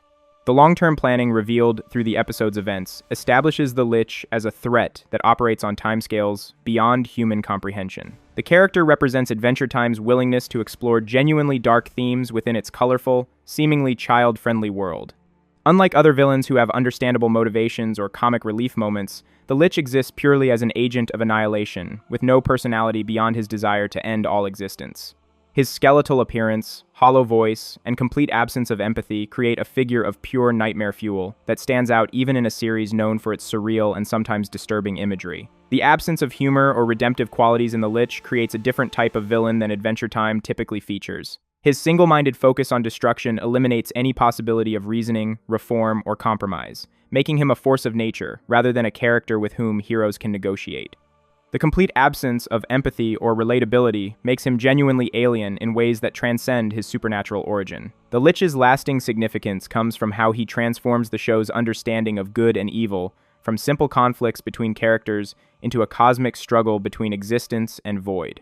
His ability to manipulate heroic impulses for destructive ends adds moral complexity that forces viewers to question whether good intentions are sufficient when facing ultimate evil. The episode's ending suggests that even defeating individual manifestations of the Lich may not be enough, as his influence extends across multiple realities and dimensions, making him Adventure Time's most persistent and terrifying antagonist, whose shadow looms over the entire series. The cosmic scale of the threat represented by the Lich elevates Adventure Time, from episodic comedy to epic mythology, creating ongoing tension about the fate of existence itself. His multidimensional influence suggests that no victory against him can be considered permanent, as he exists beyond the normal rules that govern other villains. The psychological manipulation he employs adds layers of complexity that make every future encounter potentially suspect, as heroes can never be certain whether their allies are genuine or elaborate deceptions. 7. Orgalorg Gunther, Adventure Time. Orgalorg represents one of Adventure Time's most chilling revelations, the discovery that Gunter, Ice King's seemingly innocent penguin companion, is actually an ancient cosmic entity capable of destroying worlds. This episode transforms a running gag character into a universe-threatening villain through the simple act of a head injury that awakens dormant memories spanning eons of galactic conquest. The seemingly harmless penguin's true identity creates one of the series' most terrifying moments, and why Orgalorg stands as Adventure Time's ultimate hidden threat, demonstrating how evil can hide behind the most innocent appearances. The episode begins with typical Ice King domestic comedy, showing him knitting yarmulkes, belly warmers, while obsessing over cheesecake and interacting with his penguin companions. The Ice Kingdom operates as a chaotic but harmless environment where penguins throw parties, play music, and engage in gambling with walrus races. Gunter appears as the most innocent member of this bizarre household, serving as Ice King's favorite pet who occasionally causes minor mischief. The discovery of sleeping gas grenades hidden by other penguins initially seems like typical Adventure Time absurdist humor, with the penguins planning what appears to be a simple house party while their owner sleeps. The domestic comedy setting creates false security by presenting the Ice Kingdom as a place of harmless chaos rather than cosmic danger. Ice King's bumbling affection for his penguins and their apparent reciprocation suggests a family dynamic built on mutual care despite its unconventional nature. The knitting activity and cheesecake obsession reinforce the mundane, domestic atmosphere that makes the eventual revelation more shocking through contrast. The sleeping gas grenades initially seem like a simple plot device for penguin party shenanigans, fitting Adventure Time's pattern of turning innocent activities into elaborate schemes. The penguins' coordination in planning their party while hiding their preparations from Ice King shows intelligence and organization, but within the context of harmless fun rather than cosmic conspiracy. The setup creates expectation for typical penguin hijinks, rather than universe-threatening revelations. The party atmosphere fills the Ice Kingdom with music, dancing, and typical animal hijinks as penguins take over every room, while Ice King remains unconscious. Lumpy Space Princess arrives as an invited guest, adding her characteristic vanity and gambling addiction to the festivities through her enthusiastic participation in walrus racing. The scene feels completely normal within Adventure Time's established world of talking animals and magical chaos, with nothing suggesting the cosmic horror about to unfold. Gunter's role as party host and LSP's protector when she gets attacked by Walrus 5 reinforces his image as a heroic, if simple, penguin. The party setting reinforces Gunter's apparent innocence through his role as gracious host and protector of guests. His intervention to save LSP from Walrus 5 shows courage and moral principles that seem inconsistent with cosmic evil, adding to the shock of his true nature's revelation. The normalcy of the party atmosphere creates dramatic irony as viewers witness what may be the last moments of Gunter's innocent existence. LSP's presence adds external validation to the party's legitimacy, while providing a witness to the transformation who exists outside the Ice Kingdom's social dynamics. Her gambling addiction and focus on walrus racing creates distraction from Gunter's growing distress, allowing the cosmic awakening to build without immediate interruption. The party's success initially suggests that Gunter's hidden nature may remain dormant indefinitely. The transformation begins when Gunter hits his head on an ice spike after being tossed by the walrus, causing a green brain to protrude from his skull. This physical injury serves as the catalyst for awakening memories that have been suppressed by Earth's gravity for millennia. His first-person perspective as other penguins flee in terror shows the immediate change in how others perceive him, with even Lumpy Space Princess fainting at his approach. The brain's pulsing triggers visions of distant planets and cosmic phenomena, suggesting knowledge far beyond anything a simple penguin should possess. The head injury as catalyst for cosmic awakening creates a medical explanation for supernatural revelation, grounding the fantastic elements in physical cause and effect. The visible brain protrusion provides body horror that makes the transformation disturbing rather than simply magical, showing how Gunter's true nature has been literally compressed into his penguin form. The other penguin's immediate terror suggests instinctive recognition of danger beyond normal animal responses. The first-person perspective during the transformation creates intimacy with Gunter's experience, while emphasizing his alienation from his former companions. The cosmic visions triggered by the brain's pulsing show memories breaking through suppression, with each image revealing more of his terrible past. The knowledge flooding back transforms Gunter from innocent pet into being with cosmic awareness and power. Gunter's descent into the woodworking room beneath Ice King's castle reveals his instinctive knowledge of complex cosmic communication systems. His construction of wooden figures and creation of an energy beam connecting them to distant planets demonstrates abilities that transcend earthly understanding. The symbols lighting up on each wooden piece and the formation of light bows between them create a transmission system that spans galaxies, reaching alien civilizations who immediately recognize the signal's significance. The beam's journey from Ice Kingdom to alien worlds establishes the cosmic scale of Orgalorg's influence and the terror his awakening inspires across the universe. The woodworking room setting creates ironic contrast between the humble, domestic craft of woodworking and the cosmic-level communication system Gunter constructs. The use of simple materials to create galaxy-spanning technology shows how cosmic intelligence can work with any available resources. The instinctive knowledge of complex alien technology demonstrates muscle memory that transcends his penguin form's limitations. The wooden figures serving as components in cosmic communication equipment creates visual metaphor for how simple appearances can hide sophisticated purposes. The symbols appearing on each piece suggest a written language or technical specifications that Gunter understands despite his apparent lack of education. The light beams connecting the wooden pieces to distant planets create a network that spans impossible distances, showing power that operates beyond normal physical laws. The alien planet's reaction provides crucial exposition about Orgalorg's true nature and historical impact on galactic civilization. The Elder Alien's explanation reveals him as an ancient cosmic entity who ruled the solar system with his cruel and deadly whims, and the Breaker of Worlds, who sought ultimate power through absorbing catalyst, comets. Their description of his banishment by Grob Gob Glob Grodd's flaming sword and subsequent compression into a powerless and cuddlesome form explains how this universe-threatening entity became trapped in Gunter's penguin body. The alien's immediate terror and kneeling response shows the lasting trauma Orgalorg inflicted across multiple civilizations. The Elder Alien's exposition reveals the cosmic scope of Orgalorg's past crimes while explaining his current powerless state. The description of him as Breaker of Worlds establishes destruction on planetary scales, while his quest to absorb catalyst comets shows ambition for universal power. The banishment by Mars's divine ruler demonstrates that even cosmic powers considered Orgalorg too dangerous to remain free.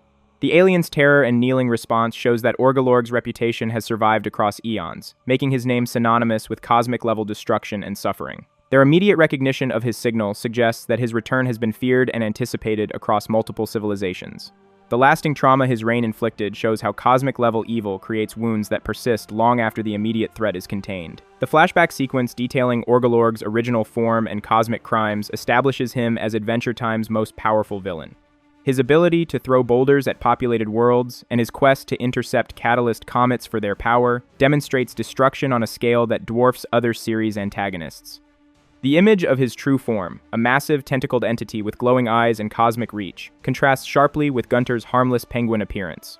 His offense against the King of Mars and subsequent defeat by the combined might of the Mars deity shows that even cosmic powers considered Orgalorg too dangerous to remain free. The visual contrast between Orgalorg's true form and Gunter's penguin body creates cognitive dissonance that emphasizes the magnitude of his compression and transformation.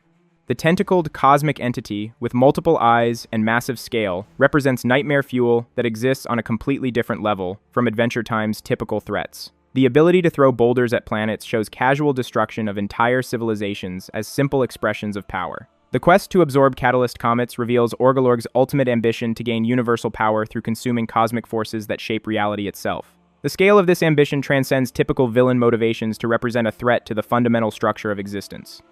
His defeat by the King of Mars shows that stopping him required divine intervention rather than mortal heroism. Gunter's horrified reaction to witnessing the alien's terror through his transmission beam reveals a conflict between his current identity and cosmic memories. His desperate destruction of the wooden communication system and the frantic wank sounds he makes while smashing the setup show genuine distress at what he's discovered about himself.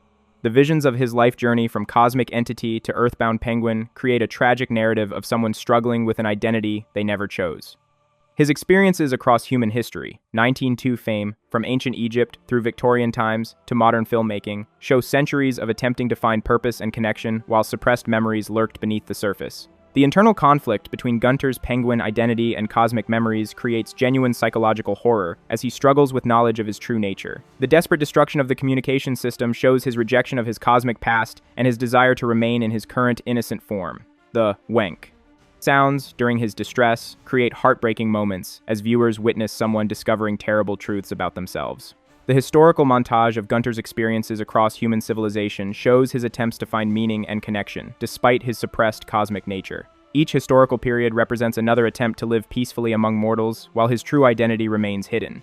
The progression from ancient Egypt to modern times shows the long journey of trying to build a normal life while carrying the burden of cosmic evil within himself. Ice King's intervention and casual treatment of Gunter's exposed brain as merely stuffing, peeking out, demonstrates the tragic irony of their relationship. The Ice King's gentle care in pushing the brain back into Gunter's head and wrapping it with yarn shows genuine affection for someone he doesn't realize could destroy everything he loves. His cheerful declaration that Gunter is practically back to normal, while showing him a mirror, creates the episode's most chilling moment, when Gunter's reflection morphs into Orgolorg's true face. This final image suggests that suppressing cosmic memories provides only temporary relief and that Orgolorg's true nature remains just beneath the surface. Ice King's obliviousness to the cosmic horror he's casually treating creates dramatic irony while emphasizing the genuine love between them. The treatment of protruding cosmic brain as mere stuffing shows how mortal understanding cannot comprehend the supernatural forces at play in their daily lives. His gentle care demonstrates authentic affection that makes the potential threat to him more tragic. The mirror scene creates the episode's most disturbing moment as viewers see Orgolorg's true face replacing Gunter's reflection, suggesting that suppression cannot permanently contain his cosmic nature. The visual metaphor of the mirror showing hidden truth creates psychological horror while foreshadowing future conflicts between his identities. The final image leaves viewers uncertain whether Gunter can maintain control over his cosmic alter ego. The immediate aftermath leaves Gunter in a state of psychological conflict between his penguin identity and cosmic memories. His distressed wank sounds after destroying the communication system show someone struggling with knowledge they cannot fully process or accept. The broken wooden figures scattered around the workshop represent his desperate attempt to sever connections to his past, while the lingering alien transmissions prove that other civilizations remain aware of his awakening. The episode ends with existential uncertainty about whether Gunter can maintain his current identity, or if Orgolorg's cosmic nature will eventually resurface. The psychological aftermath shows Gunter attempting to process impossible knowledge about his true nature while maintaining his current identity and relationships. The destruction of his communication system represents rejection of his cosmic past, but the scattered fragments suggest that some connections cannot be completely severed. The ongoing alien awareness of his awakening creates external pressure that may force him to confront his true nature, regardless of his personal desires. Orgolorg's revelation fundamentally changes how viewers perceive not only Gunter, but the potential threats hiding within Adventure Time's seemingly innocent world. The discovery that universe-ending evil can masquerade as harmless comedy relief creates paranoia about other characters who might harbor similar secrets.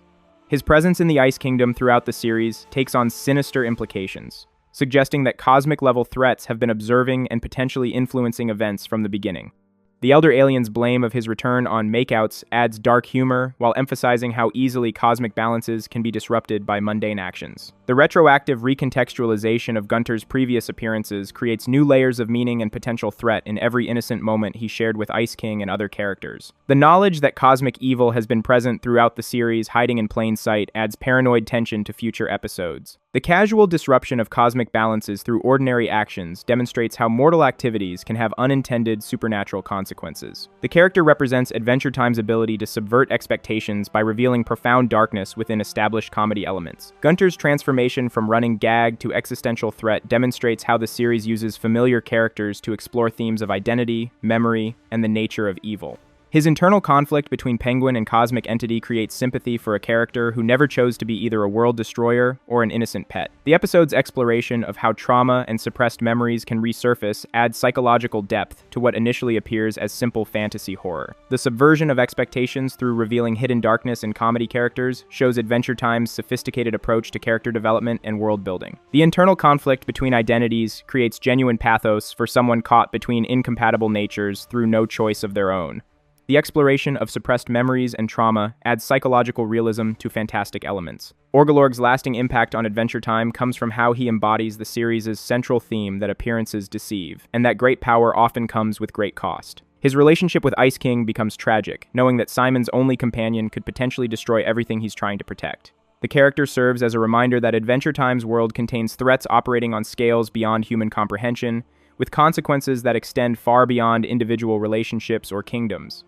His presence suggests that other seemingly innocent characters might harbor similar secrets, making every interaction potentially significant to the universe's survival. The theme of deceptive appearances reaches its ultimate expression through Orgalorg's character, showing how ultimate evil can hide behind the most innocent facade. The tragic relationship with Ice King gains new depth, knowing that genuine love exists alongside cosmic-level danger. The reminder of vast threats beyond human understanding adds existential weight to seemingly simple adventures and relationships. The revelation transforms Adventure Time's tone by introducing genuine cosmic horror into a series known for balancing darkness with hope. Orgalorg represents the kind of threat that cannot be defeated through friendship or personal growth, requiring external intervention and cosmic-level power to contain. His suppressed memories and ongoing internal struggle create ongoing tension about when or if his true nature might resurface, making him Adventure Time's most persistently threatening villain, despite his continued appearance as a harmless penguin who just wants to help his adopted family. The next villain has a notorious name which cannot be ignored. 8. Magic Man, Kingman. Magic Man emerges as Adventure Time's most psychologically complex villain. A former Martian wizard whose grief transformed him into a chaotic trickster who inflicts curses on innocent people for his own twisted amusement. In Adventure Time, this green-skinned antagonist with his distinctive tall hat represents the dark side of magical power when wielded without compassion or purpose, turning simple acts of kindness into opportunities for cruelty. Let's get into how Magic Man's encounter with Finn and Jake reveals the toxic nature of his teaching methods and why his character becomes one of the series' most memorable recurring threats. The episode begins in Yellow Forest, a seemingly peaceful location dotted with graves that hints at underlying darkness beneath Adventure Time's colorful exterior. Finn and Jake's playful hambone routine and casual wandering establishes their typical heroic dynamic, with Finn's enthusiasm for helping others contrasting Jake's more cautious approach to strangers. The presence of scattered graves suggests this area has seen significant tragedy, creating an atmosphere where Magic Man's appearance feels both unexpected and somehow inevitable. The forest setting provides the perfect, isolated location for Magic Man to conduct his cruel experiments without interference from other magical beings or authority figures. The buildup begins when Magic Man appears in his beggar disguise, testing Finn's heroic impulses through a seemingly simple request for food. His ragged appearance and pitiful pleas activate Finn's natural desire to help those in need, while Jake's instinctive wariness, AR, maybe helping this starving homeless guy is wrong thing to do, proves prophetic. Finn's internal conflict between keeping his beloved sugar cube and helping someone in need demonstrates the genuine moral struggle that makes him an easy target for Magic Man's manipulation. His decision to give away the sugar while declaring, "A hero always helps someone in need," establishes the noble motivation that Magic Man will proceed to corrupt. Magic Man's transformation from beggar to his true form marks the episode's shift from wholesome heroics to psychological horror. His casual torture of the bird, turning it inside out so its muscles and fat are on the outside, serves as a warning about his complete lack of empathy for other living beings. This gratuitous cruelty demonstrates that Magic Man doesn't simply curse people for lessons or punishment, but genuinely enjoys causing suffering. His singing about doing Finn a mystical, magical favor, while transforming the boy's lower body into a giant foot, reveals his twisted sense of humor and complete disconnect from normal moral reasoning. The curse's immediate impact goes beyond physical transformation, creating psychological torment through the loss of Finn's heroic identity. His distress at being unable to function as a traditional hero, "I can't be a hero if I'm a big, good-smelling foot," shows how Magic Man's curses attack victims' sense of self-worth and purpose. Jake's initially supportive response, encouraging Finn to embrace his new form as 100% Kick, demonstrates how even well-meaning friends can inadvertently reinforce the trauma Magic Man inflicts. The crotch-kicking contraption Jake builds represents misguided attempts to find positive aspects in fundamentally harmful situations. The revelation of Freak City Under the Bridge exposes the full scope of Magic Man's ongoing campaign of cruelty. Gork's introduction of the other victims, Zap the Arm, Trudy the Waist, Wee Wee and Gorflax the Tonsils, and Kim the Leg, shows how Magic Man systematically destroys lives for his own entertainment. These characters represent different aspects of human experience reduced to single body parts, creating a grotesque parody of normal social interaction. Their collective resignation and wallowing in self-pity demonstrates how prolonged exposure to Magic Man's influence destroys hope and self-worth. Gork's explanation that Magic Man can't be caught because he's got magic and we're worthless freaks reveals the psychological component of the curses. Magic Man doesn't simply transform bodies, he breaks spirits by convincing victims they deserve their fate and cannot fight back. The community of outcasts living in literal trash represents rock bottom for people who have internalized Magic Man's message that they are worthless. Jake's temporary embrace of this defeatist attitude, SOT, settling into the garbage pile with rats, shows how quickly Magic Man's influence can corrupt even strong-willed individuals. Finn's musical breakthrough represents the episode's emotional and thematic climax, as he rejects Magic Man's implicit lesson about accepting suffering. His song, Is This Really My Life? Is This How My Story Ends? Directly confronts the existential despair Magic Man seeks to instill in his victims.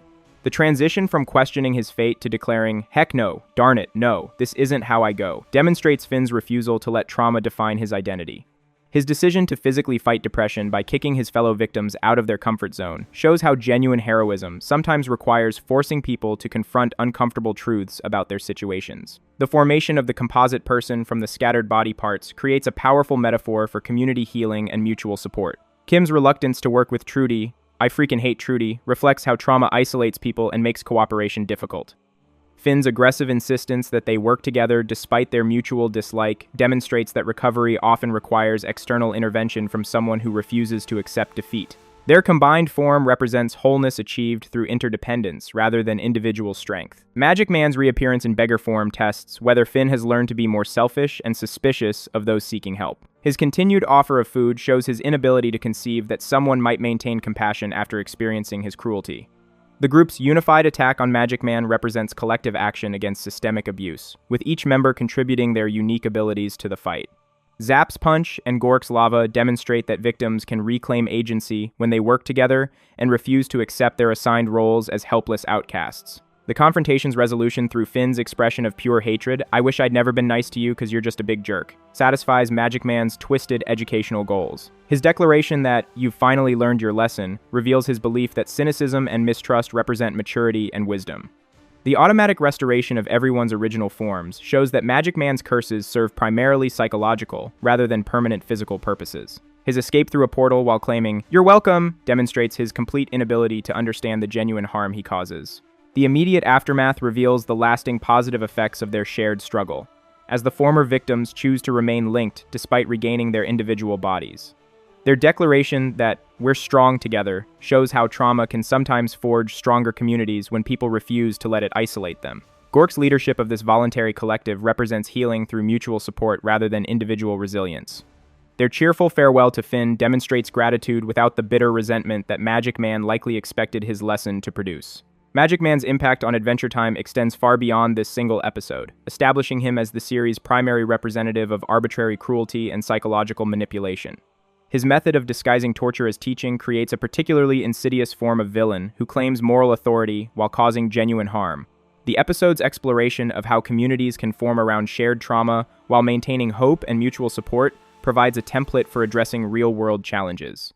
Magic Man represents the kind of person who uses philosophy and life lessons as excuses for causing pain, making him more disturbing than straightforward monsters or tyrants. The character's lasting significance comes from how he embodies the concept that some people cannot be reasoned with or reformed through kindness alone. His complete lack of empathy and genuine belief that cruelty serves educational purposes makes him Adventure Time's most realistic villain in terms of psychological patterns. The episode demonstrates that while maintaining compassion and heroic ideals is important, recognizing and opposing those who exploit such virtues becomes equally crucial for protecting vulnerable communities and individuals from systematic abuse and manipulation. The next villain is one of the most subtle but common. 9. Death. Death emerges as Adventure Time's personification of mortality and afterlife authority, a skeletal figure who rules the land of the dead, with theatrical flair and strict adherence to his own twisted rules. The drum-playing Grim Reaper combines traditional death imagery with rockstar attitude, creating a villain who threatens Finn's life through musical combat rather than conventional warfare. The episode begins with Finn and Jake's catastrophic plant-sitting disaster, where their well-intentioned but misguided care kills Princess Bubblegum's precious princess plant through overfeeding, fire, and general neglect. Their panicked realization that Princess Bubblegum will return much sooner than expected, not tomorrow, but on the morrow, her giant bird, creates the desperate circumstances that drive them to attempt something as dangerous as traveling to the land of the dead. Peppermint Butler's unexpected offer to help them reach the afterlife establishes his mysterious connection to dark magic and supernatural entities, foreshadowing his own sinister agenda. The plant-sitting disaster establishes Finn and Jake as well-meaning but incompetent caregivers, whose enthusiasm exceeds their actual knowledge or abilities. Their series of increasingly desperate attempts to fix their mistakes, overwatering, then burning, then more elaborate solutions, SISA, shows how small problems can snowball into catastrophic failures when people panic rather than seeking proper help. The disaster creates genuine stakes that justify risking a journey to the land of the dead. The timeline confusion about tomorrow versus the morrow adds comedy, while emphasizing how their poor attention to detail contributed to the crisis.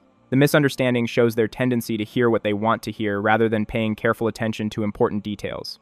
The compressed timeline increases pressure while showing how assumptions and poor communication create unnecessary emergencies. Peppermint Butler's offer to help reach the afterlife reveals his extensive knowledge of dark magic and supernatural realm access, suggesting connections and abilities that go far beyond his role as Princess Bubblegum's servant. His casual attitude toward interdimensional travel indicates this isn't his first experience with such dangerous journeys. The mysterious agenda aspect suggests he has his own reasons for wanting them to succeed in their quest. The Land of the Dead presents a nightmarish landscape filled with dangers that would challenge even experienced adventurers, let alone two panicked teenagers trying to retrieve a flower's soul. Giant death eels battle in the skies while demon skulls, scorpions, and various undead creatures populate the rocky terrain below. The bureaucratic entrance system, with its gate guardian demanding to know cause of death, represents death as an organized institution rather than simple oblivion. Finn and Jake's failed attempt to bluff their way in, claiming they died because we're awesome, shows their inexperience with the afterlife's protocols and establishes them as obvious outsiders. The nightmarish landscape creates immediate danger while emphasizing the alien nature of the afterlife compared to the land of Oo.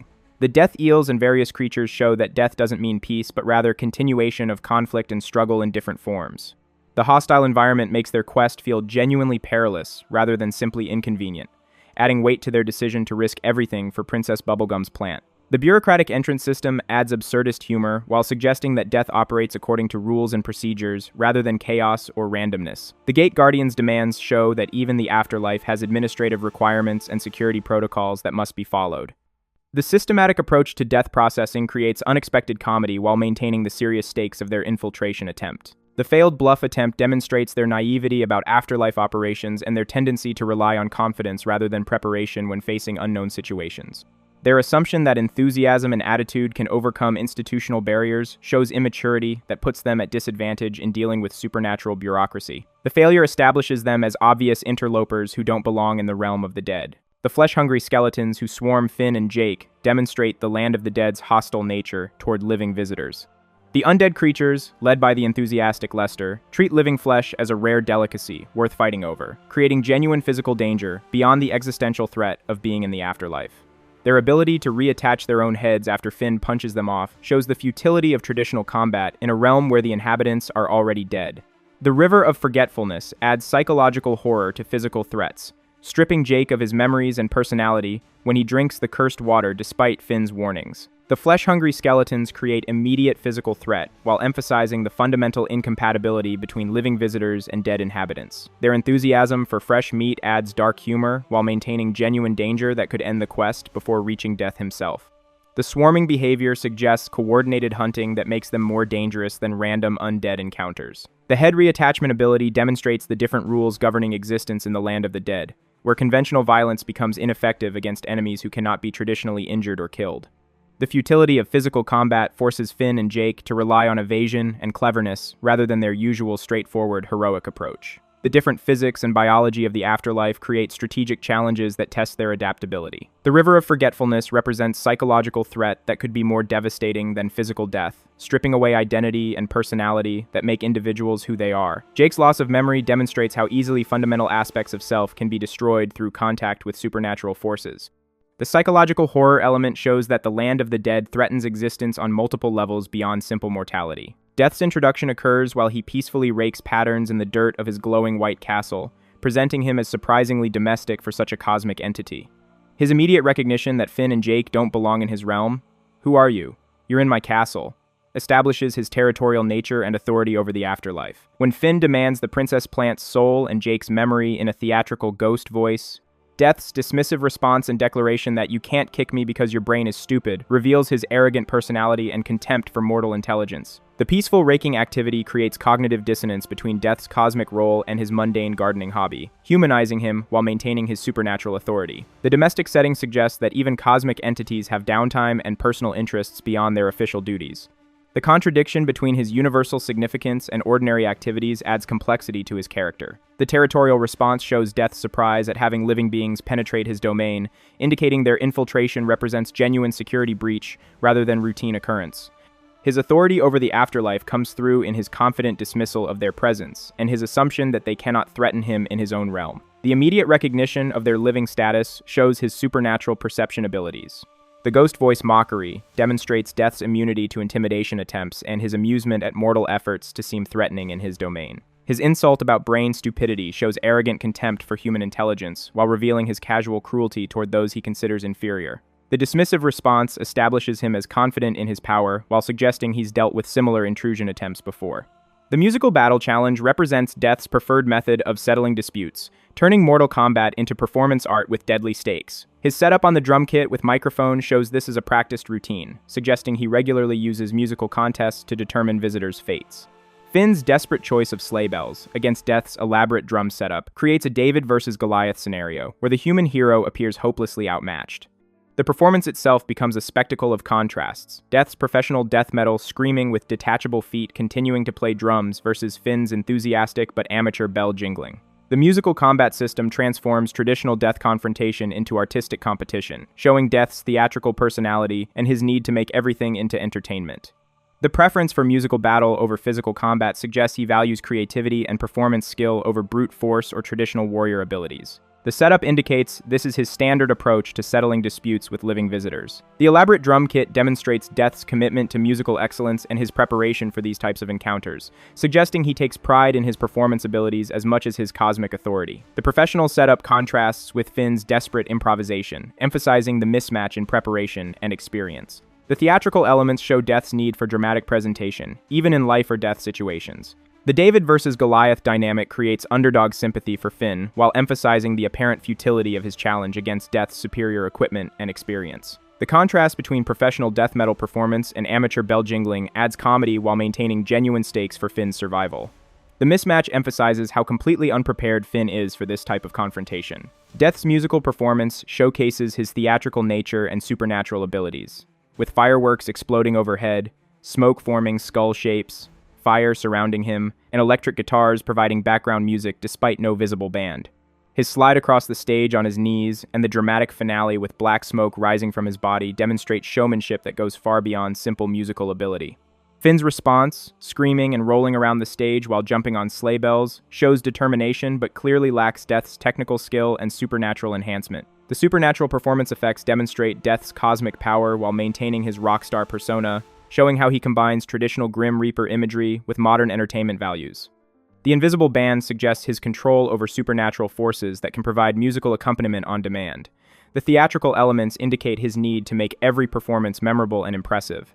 The dramatic finale with black smoke and fire shows Death's ability to manipulate environmental effects for maximum impact, demonstrating power that extends beyond music to reality manipulation. The showmanship reveals his personality as performer, who takes pride in creating spectacular displays, rather than simply completing necessary duties. The combination of death imagery with rock concert aesthetics creates unique visual identity. Finn's enthusiastic but amateur response shows his determination to compete, despite being completely outmatched in terms of skill, equipment, and supernatural enhancement. His screaming and rolling demonstrate willingness to commit fully to the performance even when lacking technical ability. The effort shows his character's refusal to surrender even when facing apparently hopeless odds. Jake's betrayal through honest judgment, declaring Death the winner by a landslide because he was awesome, devastates Finn, while revealing Jake's memory loss extends to forgetting his loyalty to his best friend. Death's immediate enforcement of his rules, encasing Finn in a transparent box and preparing to kill him with flaming eyes, shows he takes his musical contests seriously and brooks no appeals or second chances. His cold declaration that those are the rules in the land of the dead, lose a music battle, lose your life, establishes the absolute nature of his authority in this realm. The betrayal through honest judgment creates emotional devastation while showing how Jake's memory loss has affected his fundamental loyalties and emotional connections. His technical accuracy about Death's superior performance demonstrates his musical knowledge while revealing his inability to remember why he should support Finn regardless of objective quality. The betrayal hurts more because it comes from honesty rather than malice. Death's immediate rule enforcement shows his strict adherence to established procedures regardless of personal feelings or circumstances, indicating he operates according to cosmic law rather than individual whim. The transparent box represents his power over physical reality, while the flaming eyes demonstrate his supernatural nature and deadly capabilities. The cold enforcement emphasizes his role as impartial administrator of cosmic justice. The absolute authority declaration establishes Death as ultimate arbiter within his domain, showing that his rules supersede any external moral or legal systems. The music battle requirement suggests he's transformed traditional trial by combat into artistic competition, maintaining deadly stakes while adding creative elements. The finality of his judgment emphasizes the cosmic significance of the confrontation. The mention of Peppermint Butler completely transforms Death's attitude, revealing an unexpected social connection that overrides his strict adherence to contest rules. His sudden friendliness, "Yo, you guys can have whatever you want," shows how personal relationships can trump institutional authority, even in Death itself. The kiss of Death, that restores Jake's memory, adds intimate physicality to Death's powers, while making Jake uncomfortable with the forced contact. Death's casual restoration of the Princess Plant's soul, launched like a firework from under his hat, demonstrates his power over life and death with theatrical flair. The social connection revelation shows how even cosmic entities operate within networks of personal relationships that can influence their official duties, suggesting that supernatural beings have social lives and personal connections that affect their professional behavior. The complete attitude transformation demonstrates the power of mutual acquaintances to change outcomes even in life or death situations. The casual granting of requests shows Death's willingness to bend or ignore his own rules when social obligations take precedence over institutional procedures. His friendly attitude reveals a different aspect of his personality that contrasts sharply with his previous authoritarian enforcement approach. The transformation suggests that cosmic entities can be surprisingly personable when interacting with friends or associates. The kiss of Death creates uncomfortable intimacy while serving necessary function, showing how Death's powers often involve personal contact that mortals find disturbing. Jake's discomfort with the forced intimacy adds comedy while emphasizing the alien nature of Death's supernatural abilities. The memory restoration demonstrates Death's complete control over psychological as well as physical states. The immediate aftermath shows Death's genuine friendliness once his social obligations kick in, teleporting Finn and Jake back to Ooo with red-eye beams rather than making them navigate the dangerous journey back. Princess Bubblegum's casual consumption of one of the plant's flowers, causing her hair to curl, reveals the plant's true nature as a cosmetic enhancement rather than a precious companion. The anticlimactic revelation makes Finn and Jake's death-defying adventure seem simultaneously heroic and absurdly unnecessary, typical of Adventure Time's blend of epic stakes with mundane realities. The genuine friendliness shows Death's capacity for positive relationships and helpfulness when social obligations are met, contrasting with his earlier strict rule enforcement. The teleportation assistance demonstrates his willingness to go beyond minimum requirements when dealing with friends of friends. The friendly conclusion transforms him from threatening adversary to helpful acquaintance. The cosmetic enhancement revelation adds anticlimactic humor, while emphasizing how their epic adventure was motivated by misunderstanding the plant's true significance. Princess Bubblegum's casual consumption shows her practical approach to the plant's properties while adding comedy through the hair curling effect. The mundane reality contrasts sharply with the cosmic stakes they believed they were facing. Death's lasting impact on Adventure Time comes from establishing the Land of the Dead as an accessible location with its own rules and personalities rather than an abstract concept. His combination of pompous authority with unexpected social awareness creates a complex character who embodies both the inevitability of mortality and the possibility of negotiating with cosmic forces through personal connections. The episode demonstrates that even death itself can be reasoned with, bribed, or circumvented through cleverness and social networking, making him Adventure Time's most bureaucratic villain, whose defeat comes through name-dropping rather than heroic combat. The accessible afterlife concept expands Adventure Time's world-building while making death feel less final and more like another realm with its own customs and inhabitants. His complex personality shows that cosmic entities can have bureaucratic and social dimensions beyond their symbolic significance. The negotiable nature of death adds hope while maintaining respect for mortality's significance. The character represents Adventure Time's approach to serious topics through absurd presentation, making death itself into a rock star who can be won over through mutual acquaintances. His theatrical nature and rule-bound behavior suggest that even cosmic concepts like mortality operate according to social protocols that can be learned and exploited. Death's willingness to bend his own rules for Peppermint Butler shows that relationships matter even at the highest levels of cosmic authority, making him simultaneously threatening and surprisingly reasonable as Adventure Time's most paradoxical recurring antagonist. The absurd presentation makes serious topics accessible while maintaining their essential significance, showing how humor can make difficult concepts approachable without trivializing them. The social protocol aspect suggests that even supernatural realms operate according to understandable rules and relationships that can be navigated through social intelligence. The paradoxical nature makes death more interesting and memorable than purely threatening or purely benevolent cosmic entities. If you are enjoying this video, hit that like button and subscribe. 10. Glob. Adventure Time's GOLB emerges as Adventure Time's ultimate cosmic antagonist, a primordial entity of pure chaos and discord whose very existence threatens to unravel all of reality.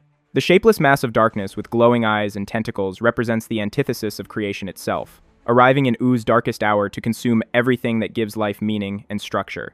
The series finale builds toward Golb's arrival through the escalating conflict between Princess Bubblegum and her uncle Gumbald, whose centuries-old family drama threatens to tear the Candy Kingdom apart through civil war. The Great Gum War brings together all of Oo's major players on opposing sides, with longtime friends and allies forced to choose between loyalty to Princess Bubblegum or sympathy for Gumbald's legitimate grievances. The massive conflict creates the perfect storm of discord and chaos that serves as a beacon for Golb's attention, drawing the cosmic entity toward a world already teetering on the edge of self-destruction. The family conflict represents Adventure Time's exploration of how personal relationships can escalate into broader social conflicts when left unresolved across centuries. Princess Bubblegum and Gumbald's dispute shows how legitimate grievances can fester and grow into existential threats when pride prevents reconciliation. The Civil War demonstrates how division and conflict create vulnerability to external threats that feed on chaos and discord. The Great Gum War represents the culmination of long-building tensions within the Candy Kingdom and the broader land of Ooh, showing how internal conflicts can threaten the stability of entire civilizations. The forced choosing of sides demonstrates how polarization destroys nuanced relationships and creates artificial divisions between people who should be allies. The massive scale emphasizes how personal conflicts can escalate to threaten everyone when key figures refuse to compromise. The perfect storm metaphor shows how Golb represents opportunistic evil that exploits existing vulnerabilities rather than creating conflicts from nothing. His attention to the discord suggests cosmic entities monitor mortal realms for signs of weakness and instability. The beacon effect indicates that chaos and conflict have supernatural consequences beyond their immediate social impact. Jake's use of Nightmare Princess's nightmare juice to force everyone into the unconscious world temporarily prevents the war but creates unintended consequences that ripple through reality. While the heroes work through their psychological conflicts in the dream realm, with Finn and Fern confronting their shared trauma, Princess Bubblegum and Gumbald exploring their family history, and Jake reconnecting with his brother Jermaine. MTT5, the magical interference destabilizes the boundaries between dimensions. The Nightmare Juice's effects on such a large scale create cracks in reality that allow otherworldly forces to take notice of Oo's vulnerability. The Nightmare Juice solution represents well-intentioned intervention that creates worse problems through unintended consequences, showing how magical shortcuts often backfire when dealing with complex social issues. The psychological conflict resolution provides genuine healing while inadvertently creating cosmic-level vulnerabilities. The dimensional boundary instability shows how large-scale magical interventions can have effects far beyond their intended scope. The family history exploration adds depth to Princess Bubblegum and Gumbald's conflict, while showing how understanding past trauma can enable healing and reconciliation.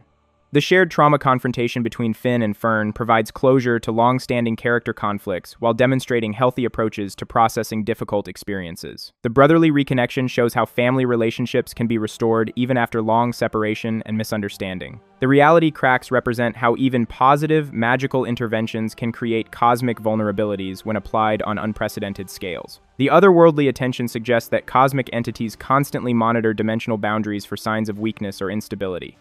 The unintended consequences theme reinforces Adventure Time's consistent message about the complexity of magical solutions and their potential for unexpected results. The tension reaches its peak when King Man crashes to Earth in flames, warning that we donked up for real before collapsing unconscious. His arrival from Mars coincides with a massive hole tearing open in the sky, through which GOLB slowly descends like a living nightmare made manifest.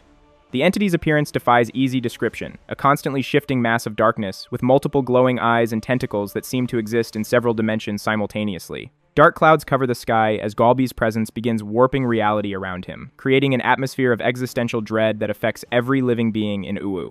Kingman's warning provides cosmic context, while his unconscious state prevents him from offering solutions or guidance, leaving the heroes to face GOLB without supernatural assistance from Martian authorities. The flaming crash emphasizes the urgency, while his cryptic message creates ominous foreboding about the scope of the crisis they face. The timing coincidence suggests cosmic forces have been monitoring the situation and waiting for the right moment to intervene. The massive skyhole represents GOLB's dramatic entrance while emphasizing his cosmic scale and otherworldly origin, showing that he exists beyond normal dimensional boundaries and operates on levels that transcend terrestrial understanding. The slow descent creates mounting tension while allowing characters and viewers to process the magnitude of the threat approaching. The nightmare imagery emphasizes that Golby represents humanity's deepest fears about meaninglessness and chaos. The constantly shifting appearance makes Golby impossible to fully comprehend or categorize, representing chaos in its purest form that resists definition or understanding. The multiple glowing eyes suggest omnipresent awareness, while the multidimensional tentacles indicate reach that extends beyond physical space. The indescribable nature makes him more terrifying than villains with concrete forms or comprehensible motivations. The reality warping effects show GOLB's influence extends beyond physical presence to fundamental alteration of existence itself, making him a threat to the basic laws that allow reality to function coherently. The existential dread demonstrates his psychological impact on living beings who instinctively recognize him as antithetical to life and meaning. The atmospheric changes emphasize how cosmic-level threats affect entire environments rather than just immediate vicinity. Golb's immediate assault on reality begins with his mouth, creating glowing spiritual tentacles that capture innocent cake people and forge them into a screeching blue demon. The transformation demonstrates his primary method of attack, not simple destruction but corruption and assimilation, turning victims into extensions of his chaotic will. The demon's ability to grow stronger by absorbing more victims creates a snowball effect, where each person consumed makes the entity more powerful and harder to stop.